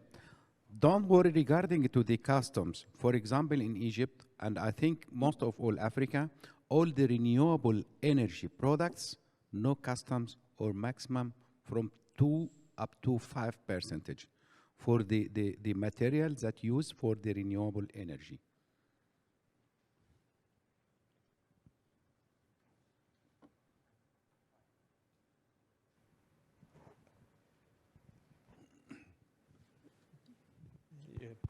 I have a further question. I'm sorry. I heard about the African Continental Free Agreement, and it's being signed by pretty much all members of Africa. But when will it be all executed to all members of Africa? Because I read the news that right now there are just only not even 1/3 of members playing the. Yeah, don't worry regarding to the security. For example, I'm from Egypt. Don't worry regarding it's secure. We invite the COP27 and all the presidents of all over the world were there, and most of the African countries, I think, it's safe. And in some places you will find some troubles, but I think the advertisement show it's very focused. No, I don't think so. And all the African countries are coming. They like to deal with Taiwanese. If you arrive to any countries in Africa or in the Middle East, any product from Taiwanese, have the confidence. This is a good point to start our collaboration. And now the competition in the solar energy. Now we have some inverters for the solar pump cheaper than China, and we have a good products, high quality and low prices. I think Taiwan started the right way. And I think the next time how to collaborate, how to start in all Africa. Don't worry regarding the safety. I think all of us will be guide of you to tell you go or not to go any place that you want.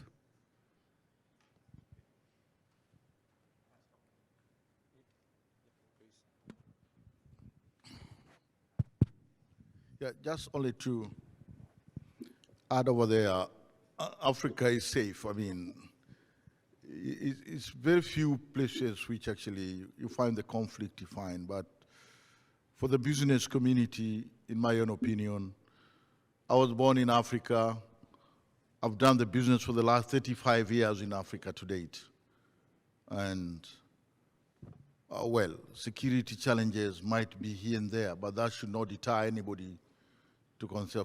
Africa is not a one country, it's a continent, and it's very, very, very safe. Even my sister here who lives in Rwanda, neighboring Congo, with here and there conflict, but we have the Congolese here who are very rich doing business in this situation. They should not deter anybody. And of course, when you come to Tanzania, I think this is an undisputable fact. The people in Tanzania are very generous and very good people. They make the difference in all of Africa.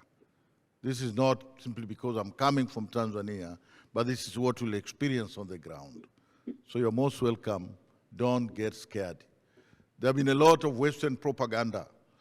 Let me tell you one very simple question where one of my friends was asking me in New York that, how does the plane land in Africa? Do you have the airport? Can you imagine such a, I'm sorry, a silly question. How did you make it to America? Did you walk by foot? It's safe more than Chicago, I think. Sorry? Save more than Chicago. Yeah. Yeah. So but the world have changed a lot. The world have changed a lot. Let me reiterate that seeing is believing, like what I say. Let us very strongly welcome the Taiwanese to come to Africa and see by themselves. And they'll come up with very, very, very different options. And my sister here can really talk about because she lives in Rwanda, and Rwanda is in Central Africa. And I think, I'm in East Africa. Do you have the roads in Rwanda? Okay. We can climb trees. No， 我觉得哈，大家真的可以有空真的可以去多看看，去可能在 YouTube 上面或者在网络上面去真的去摄取一下非洲的很多信息。大家真的要知道，非洲是一个洲，它里面有非常多的国家，然后种族性都不一样。如果当你要看说你要销售的产品，或是当你要走的商业路，你真的是要去做一点点的功课，甚至也可以请就是我们的大使在非洲的大使帮忙说，或者就是台非这样的这个经贸处帮助你去找到适合的商路，因为每一个国家的个性、民族性都不太一样，对不对？那像比方说东非来讲好了。那坦桑尼亚他们是非常的贸易经商的一个国家，所以你要在那边经商，你真的要蛮聪明的，真的要蛮聪明，要精一点。那你要在那个刚果去经商的话，那你口袋要够厚，因为你需要很多保全啊。然后不好意思，我把人家底都讲了。那还有，如果说在肯亚或者在其他国家，我觉得真的就要看你要了解说那个语言的属性，像坦桑尼亚他们是会讲阿拉伯语，也会讲英文的啊，然后也有那个 Kiswahili 啊，就是那个 Kiswahili 中文怎么讲啊？斯瓦西里语啊，斯瓦西。然后在刚果的话，它就是什么？就是 Kiswahili 跟什么法语，所以他们。你真的要知道说，那他们到底英文能不能通，你就要可能找翻译。那我还是再继续推荐我们的国家卢安达哦，我们那个中文也可以，你不要吓到我们有那非常多的当地人、当地学生之前被派出去学中文。然后所以中文你找得到，很容易找到翻译，也很容易在就是政府机关，甚至在那个经济处，你都找得到可以跟你讲中文的当地人。中文可以，英文可以，法语可以，卢旺达语也可以 ，Kiswahili 语也可以。所以我们就看着我们这个小国家有多努力，好吗？所以大家可以来找我们，谢谢。好，谢谢。对，那个马利亚这边是不是有一点的空间，我们有一些这个评论吗？那个，可以，请再说一次，那个可以大声一点。Yes, thank you very much. Just wanted to add on the discussion of the safety and security. The gentlemen from Egypt and Tanzania are well present in Africa, but when it comes to safety and security, I understand that there are many factors that foreigners are prevented from doing business in Africa, and that is lack of infrastructure, lack of security, lack of information. So these type of things are preventing a businessman to do business in Africa. But I would say that I agree with everyone on the stage that Africa is safe. And whenever conflict is there, it's between the Africans. But in terms of people, they really respect foreigners. They really are friendly, and also Africa has a rich culture.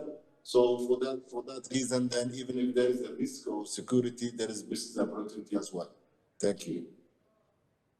I think we have more than thousands of companies from Egypt are working in all of Africa.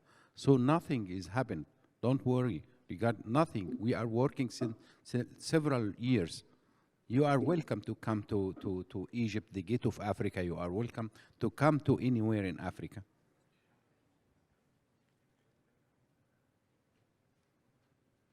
好，那因为时间也差不多了，不晓得我们最后一个问题，不晓得还有没有？好，请说。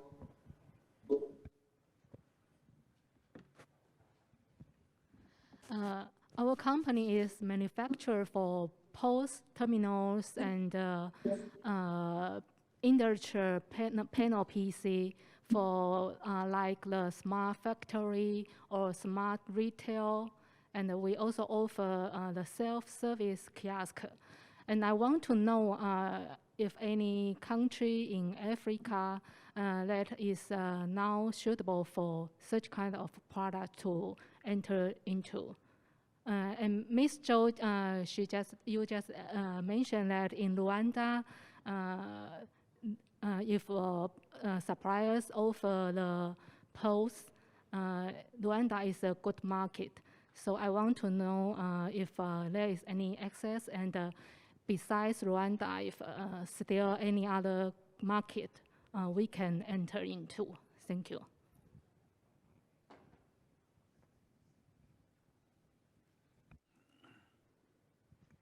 好，我回答这个问题。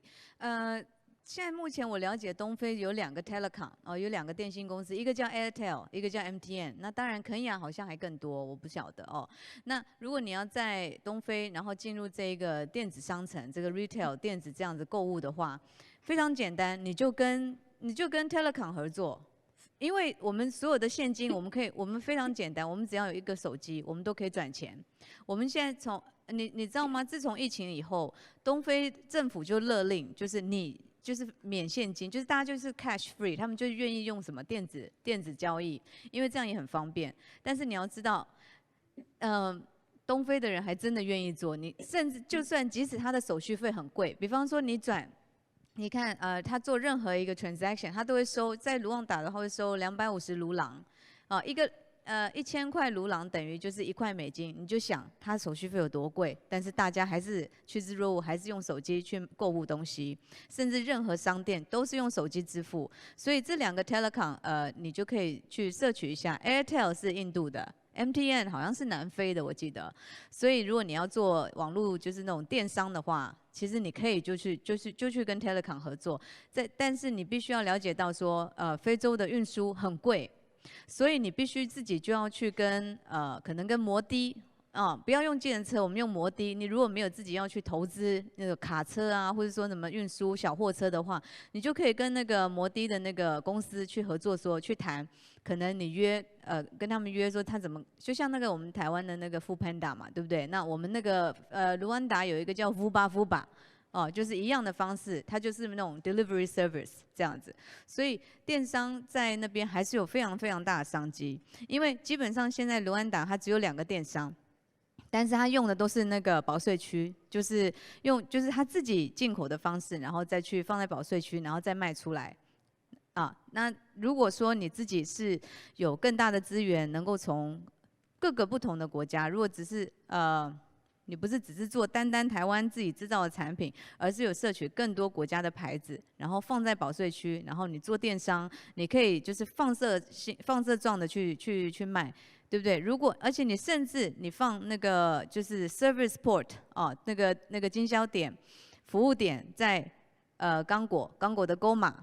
你就可以住在卢旺达，总部在那个卢旺达去做这一个 delivery service， 因为它就是跨一个 border 而已，就是跨一个界，它也没有栏杆，什么都没有，就是跨过去，它就可以交易了，你知道吗？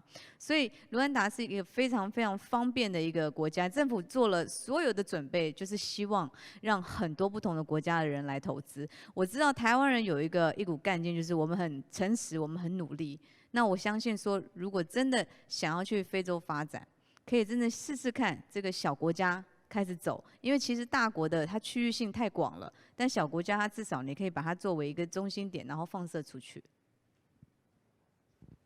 好，那个今天很难得哈，那个奈及利亚驻我们台湾的代表哈，一直留到现在，我们请他跟大家讲几句话。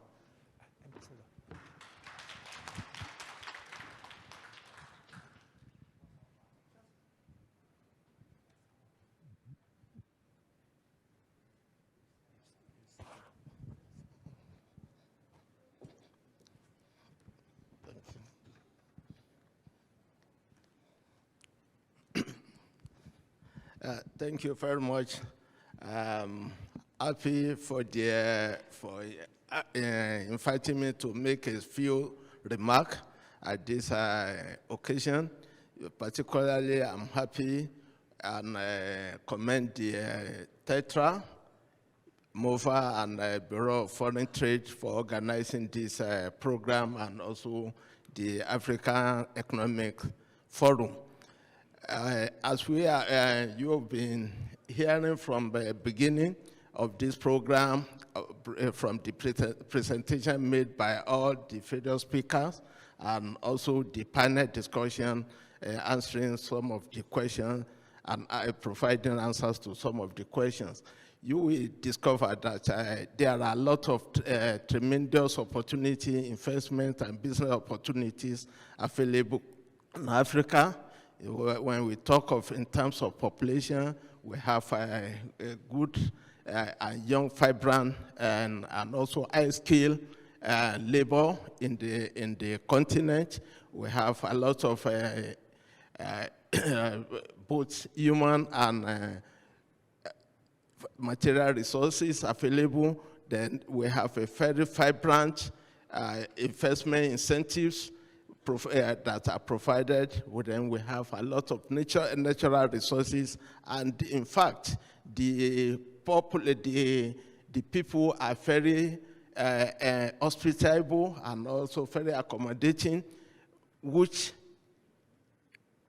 is a good investment opportunities for who will be investors that want to invest or do business in Africa.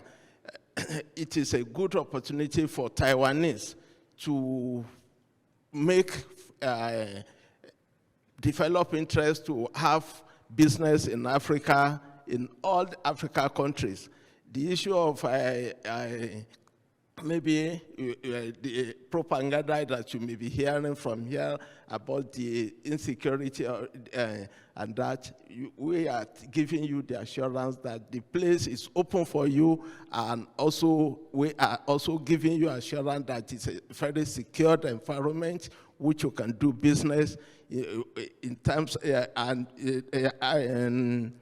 in Taiwan, we have a lot of opportunities in terms of technology, which are very dear need in African countries. Any place you visit in Africa, or you wish to invest or do business in African countries. So we are encouraging you in any sectors of your interest that you are highly welcome to do business in this. And there are a lot of investment incentives which are provided by various countries, and we have supportive institutions that will assist you to do whatever either is in terms of trade you want to do, in terms of business you want to do. Then we have a lot of legislations, and Africa are also global players in which is your investment is very secured, your trading activity is very secured, which we are encouraging you to do that. Thank you very much for this opportunity, and if you have any other further information needed, our offices is here and also are ready to provide all this information to you. Thank you for this opportunity. Thank you. Thank you, Honorable Mr. Ahmed, and our distinguished speakers and the moderator. We hope today's event has helped you to have a better understanding of Africa. Thank you for joining us today. See you soon. 欢迎扫描荧幕上的 QR code， 并填写本日的活动问件。2022年台非企业论坛告一个段落，祝您有个美好丰收的一天，谢谢大家。